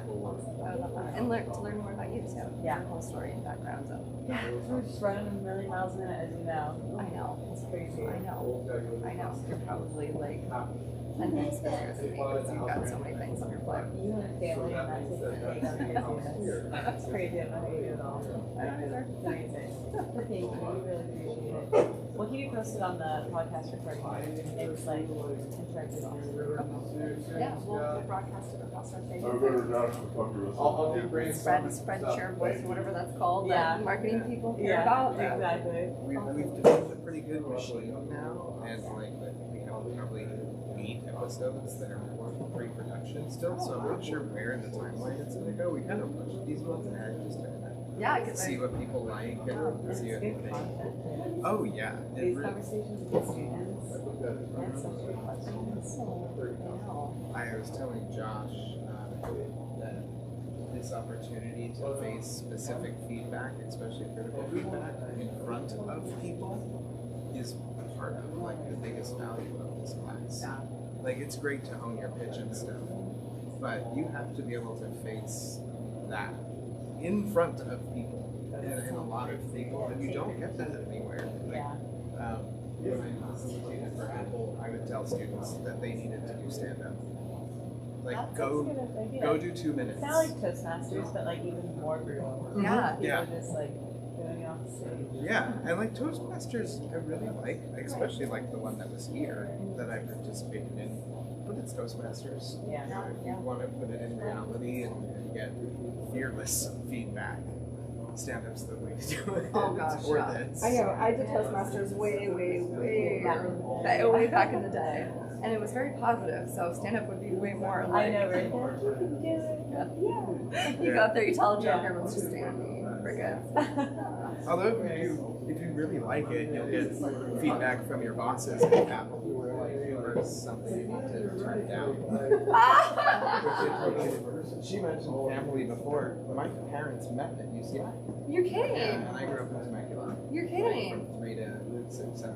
Wow. So I was actually telling Josh that I was speaking to the director of innovation there, like, gosh, a couple months ago. They have like an anteater.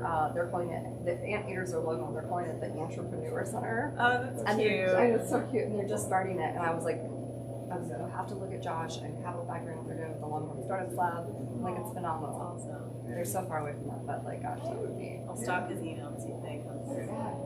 Please do. What did you study there? Economics. Nice. My mom studied accounting. My Yeah. dad studied evolutionary neuropsychology. So like very different. How did they even cross paths? But you know, hey. He dated her roommate. Oh, yep, that happens. Yeah. And then, you know, it was meant to be. that's what it is. But that's really small world. I really like that because usually you don't see the I know. worlds combining. Although I have met a couple of IU people. For Indiana. Yeah. Right? This is. I really like this place. It lets you be yourself if yourself is entrepreneurial. And Apple, like that's, I liked it because they could be creative and they wanted that with me. But you get so many constraints. And It's very much in a certain box. yeah. So it's cool to handcuffs. Of course. But eventually the handcuffs chafe and Yeah, you gotta want to break free. Yeah, and you're very close to that. Like, I can see a lot of the influence, if only because of the floor structure. This is exactly what Apple does. Campus here, the marble floor is the 4th floor, EO1. Yeah. So they definitely do that, but you capture that same feeling of being allowed to express yourself. But that's a lot different because everybody's got their own product. As an Apple, express yourself, but within iPhone's marketing guidelines. Within this PDF. Exactly. You have to talk to that person about this stuff. Unless you're in Singapore, then you have to talk about it this way. So I didn't really do this where I like. But anyway, I just like to come out and not ask questions to the guests at the very end. Well, so nice to meet you. Just let me know what I can do to help too. Yeah. If there's anything or No, you're good. You're good to leave. Yeah. And head home to your family. Thank you. I will go home. I will go home. Following you out. Bye, Emily. Bye. See you later. See, that's how I got involved with Seki and other people, and then I ended up starting my own event and whatever. And then like 2 months ago, I found out that he was the one who got baby there. So in some weird way, like, and me, I opened my event and actually signed up. Good enough. Good enough. And so, like, in a very weird, very indirect way, I know, and no one's like valuable to the community, but like. it's a huge simple Yes. Which is great. But like you need to, respect the spaces, respect the members, respect the staff. respect the people that are working. Yeah. And like when I kick him out, he should not come to you and be like, can you get back up there? You really That's pissed not off Albert, the guy that I worked with. Did you really? Albert has not had that ever since. Good for Albert. Because he was just Yeah. It's like, I'll give you an example. He called me up like 3 weeks ago. He's like, do you want $3,000 that you pass this? And that conference. It's like, is it any good? He was like, I don't know. But he was like, I could get you the pass. I was like, sure. Sure. Why not? I went, it sucked, but I saw other people paying money for the pass. Yeah, it was great. So I don't know how he, but again, like, that's his job. Is to go to, yeah, he sent someone the Excel spreadsheet recently that has like, because like it takes up all of the gigabytes available on my phone because it's so long. Consider doing that. Because like I came up to him at a. If you want, we could go down there right now and I can bury the hatchet between you and him, and I'll just be like, That's fine. I don't want to get stuck. you know what I mean? Anyway, I went up to him and I was like, "Hey, what's your last name? Like, I want to look you up on LinkedIn." And he was like, "No." He's like, "Nope, it's just Nicholas. That's fine." And I was like, "Oh, okay, sorry." I gotta go, but I will find No, it's okay. I will find that.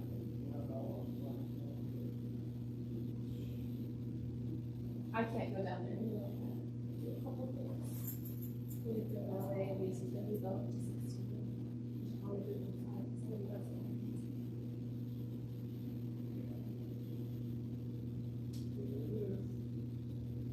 Ew! I did know that was his last name.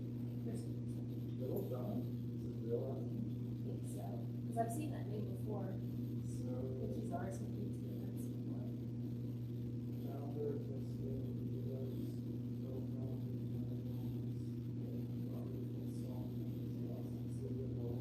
Okay, so he did Workers Law. See, he told me that and I was like,